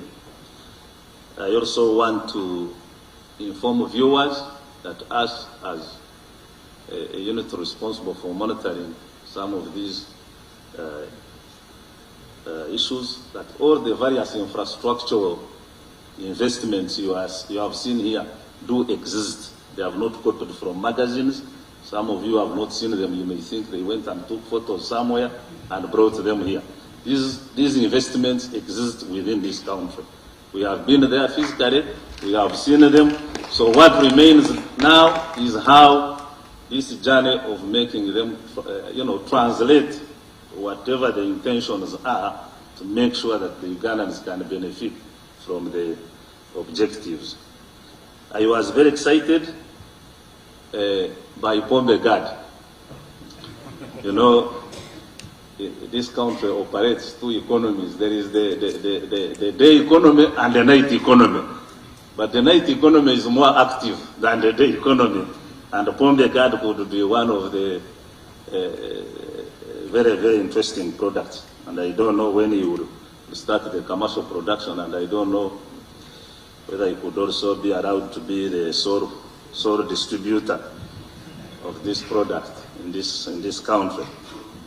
Now, having observed that, I want to say that you are aware that the wisdom or the mind behind the manifesto crafting team was looking, or if I may use the wisdom of the president, because this science issue has been more to the president than probably many of us are trying to appreciate it now, is that science is being emphasized for purposes of improving productivity, enhancing private sector competitiveness, accelerating growth in the economy, and creating jobs. And I think you are on the journey. Now we have these observations for noting, others could be for clarification. First of all, I want to share with you this sentiment that in many of these Ugandans, this journey is still abstract. And we need to pick it from there to bring it to real life experience. So whatever you are doing, I think we need to look for a way of how this percolates further to make sure that the common man can start appreciating why we have science amidst us. And this will call for the mainstreaming of the science agenda into many of our real life experiences, although it is true that where you have touched, and these investments and innovations can lead to that, but I think we need a bit more of explanation on this science journey. Secondly, we want to salute all the efforts in the innovation areas we have seen. But I think many Ugandans may not know the criteria. I have seen you trying to take us through the process on what it means. But I think this criteria needs to be more open to our Ugandans so that they can know if I have this innovation, or if I have this idea as the minister was observing, how do I proceed to have it enter into this science processing, and then it can be able to lead to the very different products that we are looking at. I want to say that I and my team, we have been at many of these infrastructure developments. We've been in the PIBID. This is situation actually in my home district in Ushenyi. PIBID has moved very well, I think, from the products we are seeing here. However, there was the other side of it on helping research on improving yield and banana growing. And this is also not coming out quite in a big way. Because the president has been talking about the global yield output of banana per hectare, I think per year, around 72,000 tons or 72 tons. Now, Nyaruzinga, where we have this facility, I think, on their model, banana plantation, they had gone up to 52 or 53. Now, the traditional, where some of us, the local farmers, are, we are around, I think, 22. This is your research, the baseline findings.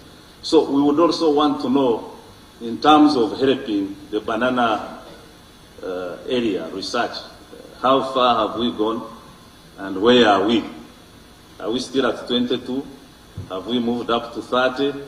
And when are we getting to the 52, actually near to the model farm that we have at Nyaruzinga? So beyond the production side of the biscuits and going commercial, but we would also want to see the other side, how the research is also benefiting the banana crop within this country, which will continue to be a raw material for these products. We've been at URI, this is Uganda Industrial Research Institute. I think they are doing a good job. There is a heavy investment, the machinery is there. But I think it is also important for Ugandans to know how many Ugandans have gone through URI, and is there a follow-up program to say that, you know, these are Ugandans who have been here and this is their startup kind of businesses, so that, because the idea on the manifesto side of it, it may appear output in approach, but going forward, we also want to see the impact these things cause to our citizens. Otherwise, we want to, the government has been serious in terms of making sure that the investments are there, equipped. Now we want to see the skilling aspects of it, the incubation support aspects of it, how many Ugandans are benefiting. Do we have like a structured program that every year we expect 200 people to be in this program, and at the end of the year they come out, that kind of stuff. There is EDIC, the Engineering Development Innovation Center, I think at Webtete. This is another one of the like you Ebre explained it, one of the classic infrastructures in this country. And to me, after visiting this area and this facility, I saw that this country, this facility can be a game changer in the engineering journey of this country. And our proposals were that, why don't we look at this as an LDC of engineering in this country? Of course, it will not be a road development center, it will be now engineering development center for our engineers. Because I believe many of our engineers go through this profession when they have not even had the opportunity to look at what is in this investment. So we would like to say, how do you structure this within our education system so that we are able to support our country. I think that is all what we have. Maybe in the next manifesto we could look at how we can use science to manage our waste. I think this is also another challenge within this country, and a very available raw material on how we can manage within our cities so that we have clean cities, but science has also helped us to manage this waste. And I'm very happy that you are trying to address the issue of productivity.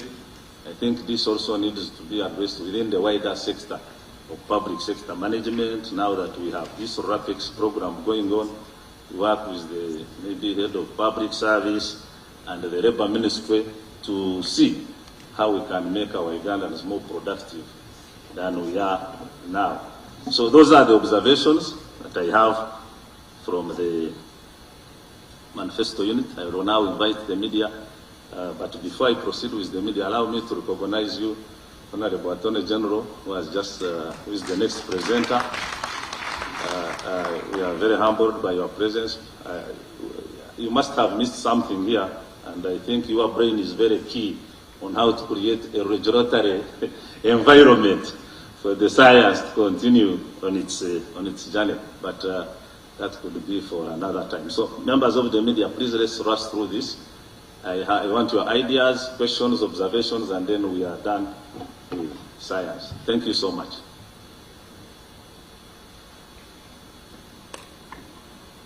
Yes, go ahead. Your name, media house, and your observation, please.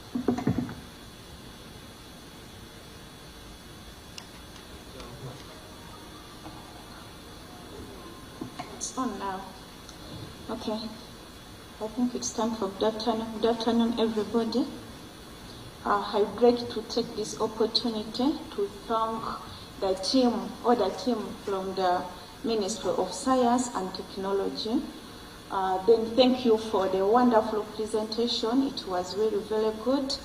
And I would like also to congratulate you for the achievement that you have managed to achieve. So, as Uganda, we are lucky if at least we have all the achievement. And by names of Princess Nasuna Shamim, I work with Super FM as a news reporter. Here I have two questions, and one, I want to ask the ministry, what are you going to do at least to convince Ugandan people to love sciences? Because there are some people who are still have that mentality that sciences are hard. This is so common, especially in schools, because students, many students seriously hate sciences, and you have been here that. That's why you can find here in Uganda, we don't have many number of scientists because of that. Many of them hate sciences, they complain sciences are hard, sciences are very expensive, but how far have you gone at least to teach them that sciences are good, sciences are the best? I think you have got me well. Then let me go direct to the next question. The next question is, have you done enough to help the scientists in terms of supporting them, financing them, improving their sciences and technology? Because we have been seeing some scientists who are crying for the government to help them, at least to put some money in their things when it comes in technology. I think these are some of the questions we have. Thank you very much. Okay, thank you. Who else? Yes, please.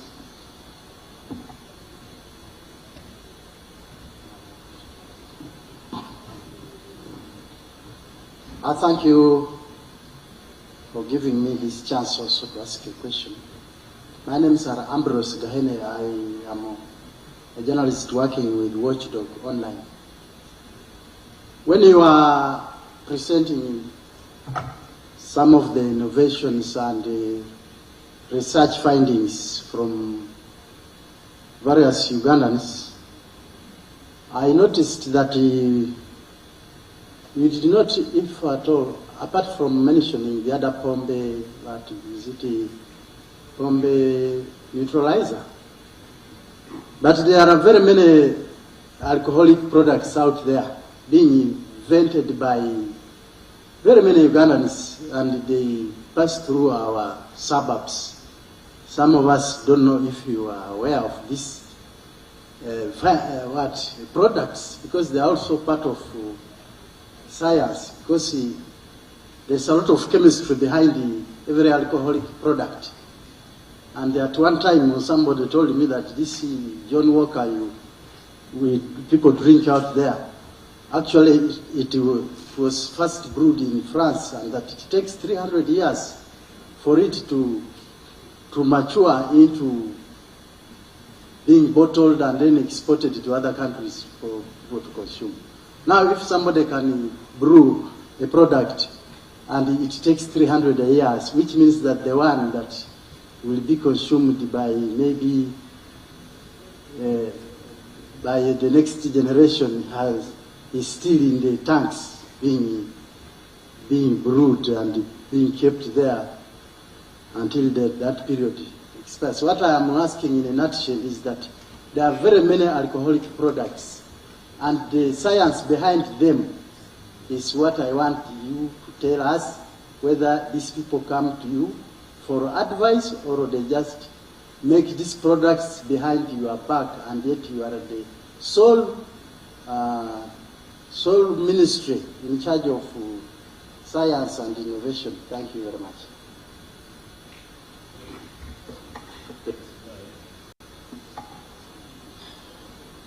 Thank you so much. First of all, I would love to thank the presenter for the wonderful presentation. My name is Lini Kachigundu, and I work for Whisper Eye, an online news and media platform. You talked about, one of the challenges you talked about is the general skepticism for the Ugandan-made products. I would love to know what strategy do you have as the ministry to make sure that Ugandans can have trust in products made in Uganda? Because for sure, most Ugandans believe a product that is homemade is not of quality. I don't know if you would drop your iPhone for a Ugandan-made phone. I don't think you would do that. But my question once again is, what measures are you taking to make sure that Ugandans can have trust in products that are made locally? Thank you. Okay, I think this time I'll be a bit restrictive, so you be the last so that you can be able to run through the program. Thank you so much. My name is Rita Nandira from Church of Uganda Family TV. Thank you so much, sir, for the presentation. But one issue that we are still facing as a country, our waste management, and what is the ministry doing to ensure that we curb this matter? We all know about all the issue that happened at the Kitezi landfill that killed so many lives of innocent people. So as a ministry, what are you planning to do to ensure that we totally deal away with the matter of the waste management? We see that around Kampala City, over 25 tons of rubbish are being collected every day.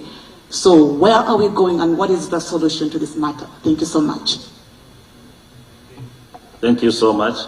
Me, I had preserved that for the next manifesto, but could tell us since you have raised it. Allow me now to invite you to come and clarify on some of these observations. And then you are also at liberty to invite any of your technical teams to come and support you in these answers. And we are time bad, but please enjoy the space.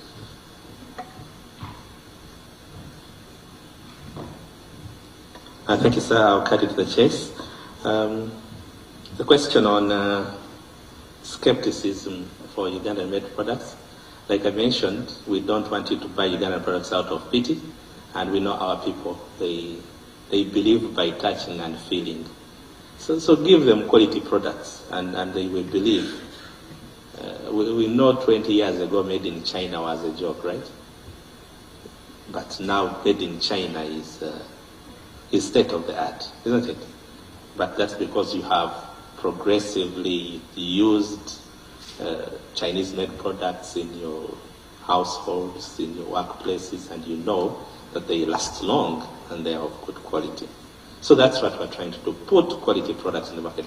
And I'll tie that to the challenge that we face with some of our scientists and innovators. I showed the idea to market journey. First phase is idea to prototype. Some of our scientists come with the prototypes and they want to go to market. And we tell them, no, by design, you cannot sell a prototype. First of all, it will be overly expensive and it is not precise. It doesn't have that finesse. It's looking rugged. No one will want to look at it. So we want our scientists, our innovators to also be accommodative to guidance so that they tour this journey with us. For example, in phase 2, that's where we do product validation. That's where we do supply chain optimization to ensure that we bring the cost down. That's where we put pilot plans to ensure that we are producing things in a standard environment. That's where we look at issues of standards and regulations to ensure that whatever you're producing can be sold here legally and also sold to the entire world. So that's a multifaceted approach, but also improving branding and packaging of our products. We've noticed that some of our people have very good products, but they are poorly packaged. So that's the multifaceted intervention that we are taking. Ambrose asked about science. Now again, we cannot touch everything. I mentioned we are working on a remedy for alcohol that also doubles as an analgesic. We haven't had any scientists come to us with a unique formula for an alcoholic beverage.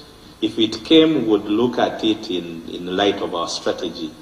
If it is something that has high potential, is this an area that is worth focusing on? But so far, no one has come to us. But on the tail end, we have some innovators who have alcoholic products, especially wines. And we noticed that there are so many wines from banana, from pineapple, from hibiscus, but none of them has gained traction on the market. Our people are still preferring imported wine. So we may need some policy intervention there, because sometimes if someone sees an imported wine that has become a global brand costing the same as the local wine, they may think twice about buying. So how do we optimize our locally made products, ensure that they are meeting the requisite standards to compete favorably with the imported alternatives? And so on that front, we support on branding and packaging, standardization, working in concert with UNBS to ensure that is taken care of. I'll request Professor Tikodri to answer the question on, because he's a seasoned educator and an innovator, on how we can convince Ugandans to love sciences, especially the young generation.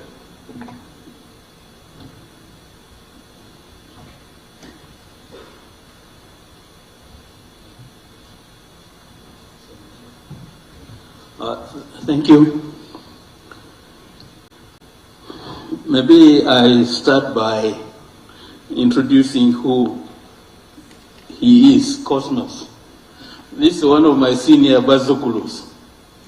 Okay.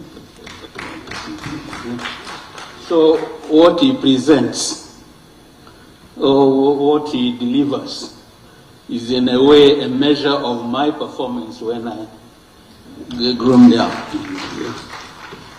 And then of course I've got the youngest.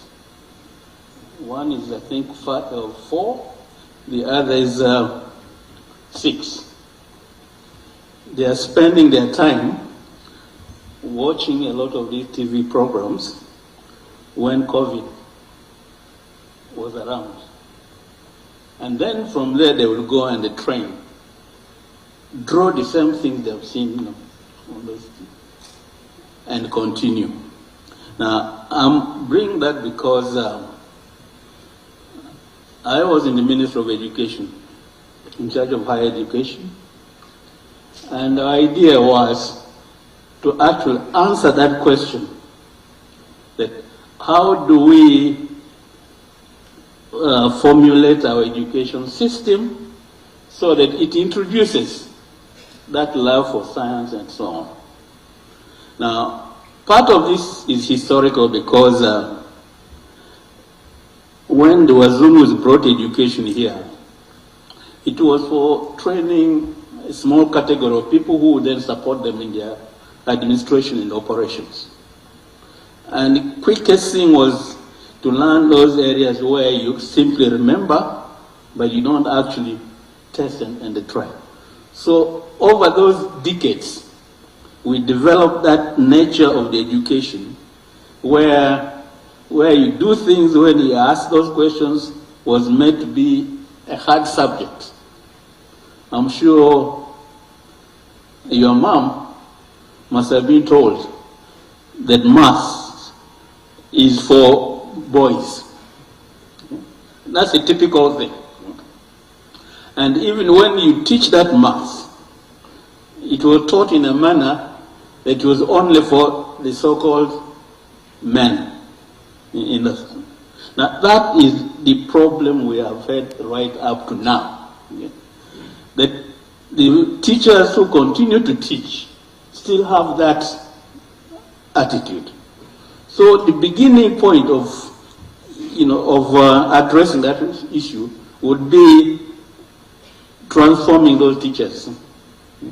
How do you make those teachers teach in a manner that the kids actually love that subject? And that subject does not have to be only history. It does not have to be, music and all that. But how do you teach science in the language of the ordinary things that happens in the life so that the kids are made to love this? What that would require is that our educational system does not allow people to select whether to do sciences or history and all that at a very early age.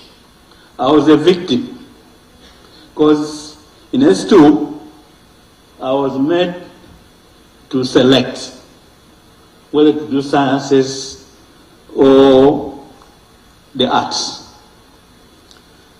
Unfortunately, in my second year, rather in S2, I had an American teacher who persistently scored me 49 in history. Okay?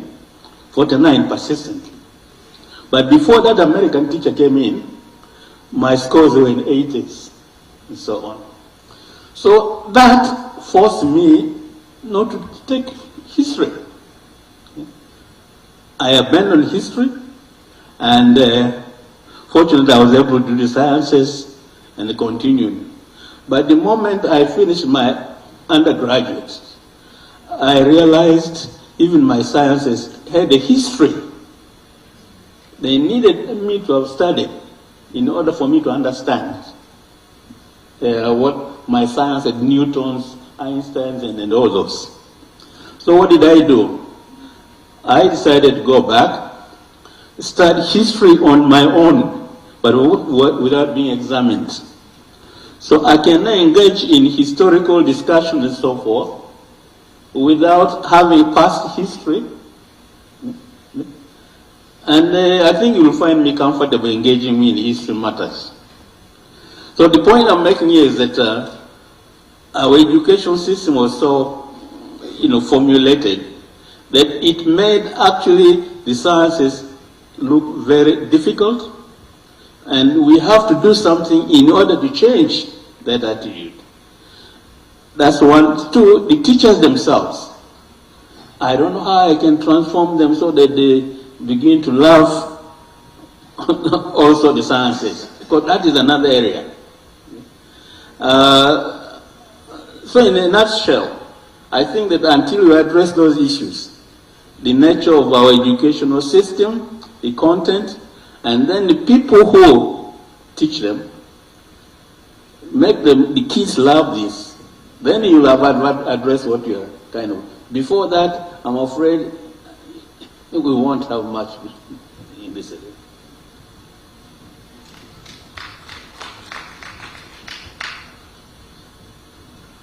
Thank you very much, Professor. Professor, you forgot to mention that we can also leverage extracurricular. Chiramoto started as an extracurricular activity. Yes. Yes. So There are some, Director, we thank you very much for these observations and input towards our improvement. I think for most of them we don't have to respond. We will continuously engage. But I'll invite Dr. Kodi to talk about waste management, the innovation we are undertaking in that area since it's a listed interest. And as he comes, I'll mention that one area we also need to improve is information sharing with the public about our interventions and programs.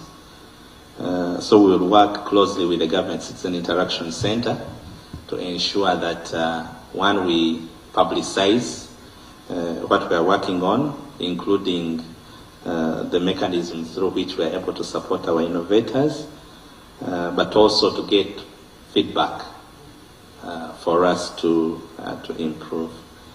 Dr. Okodi, and then we finalize. Thank you. I will respond to the Church of Uganda TV question on waste management. First of all, there are technology interventions, and on that we are targeting using waste for generating energy.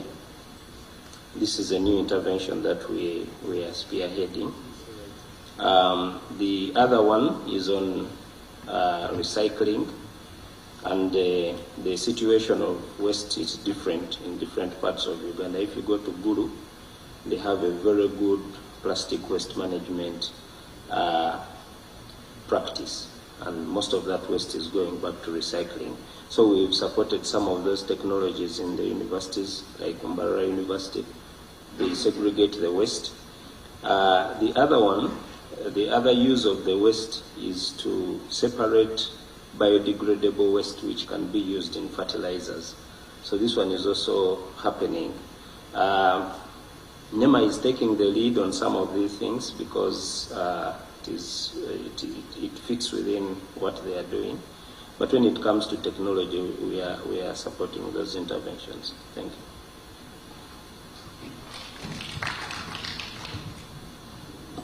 Okay, once again, join me to thank the team. Thank you very much, Honorable Minister, wherever you are, and your team here, for this wonderful presentation. So I want to declare this session closed, and then we are having a marathon through, because the Attorney General is already in the House, and we need to move as fast as possible. So allow me to let you leave at leisure, and then I usher in the Attorney General and his team so that you are able to proceed. Thank you so much.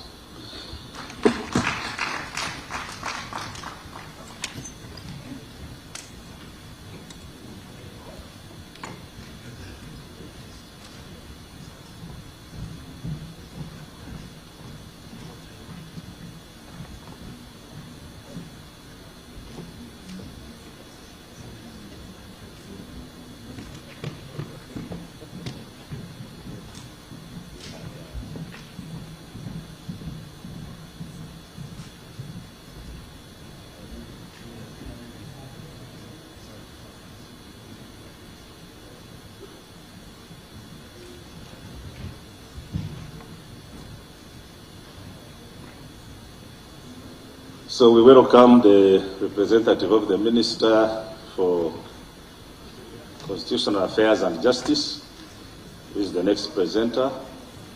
And I want to call the session to order. And I want now to invite you to rise up for the national anthems as we begin. Thank you.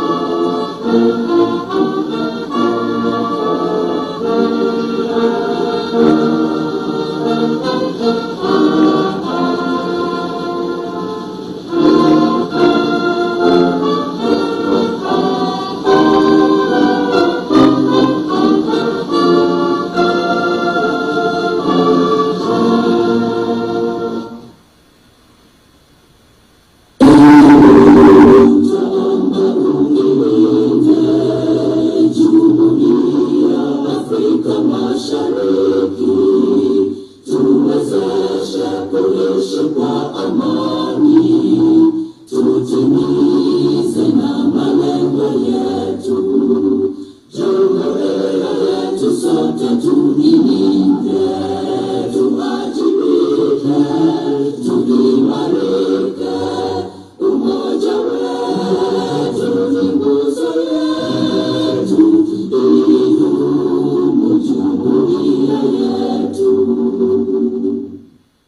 you please take your seats.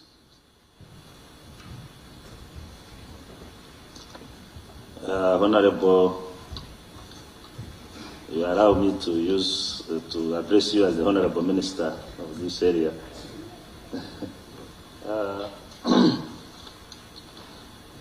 My name is Willis Bashasha, the Director Manifesto at the Presidency, and on behalf of the Presidency, which monitors Manifesto implementation, I take pleasure to welcome you and your team. I don't need to go through the whole background because you are a member of Cabinet and this issue came to Cabinet. Just want to welcome you and thank you for coming to share with us on the journey of how far we have gone with the different interventions that we proposed in our manifesto in the area of constitutional governance and the justice affairs. Yesterday we had the opportunity to listen to the Secretary to the Judiciary, who I think covered most of the areas covering the judiciary area, so I think your business will be much lighter to touch on the constitutionality areas and other areas that you supervise.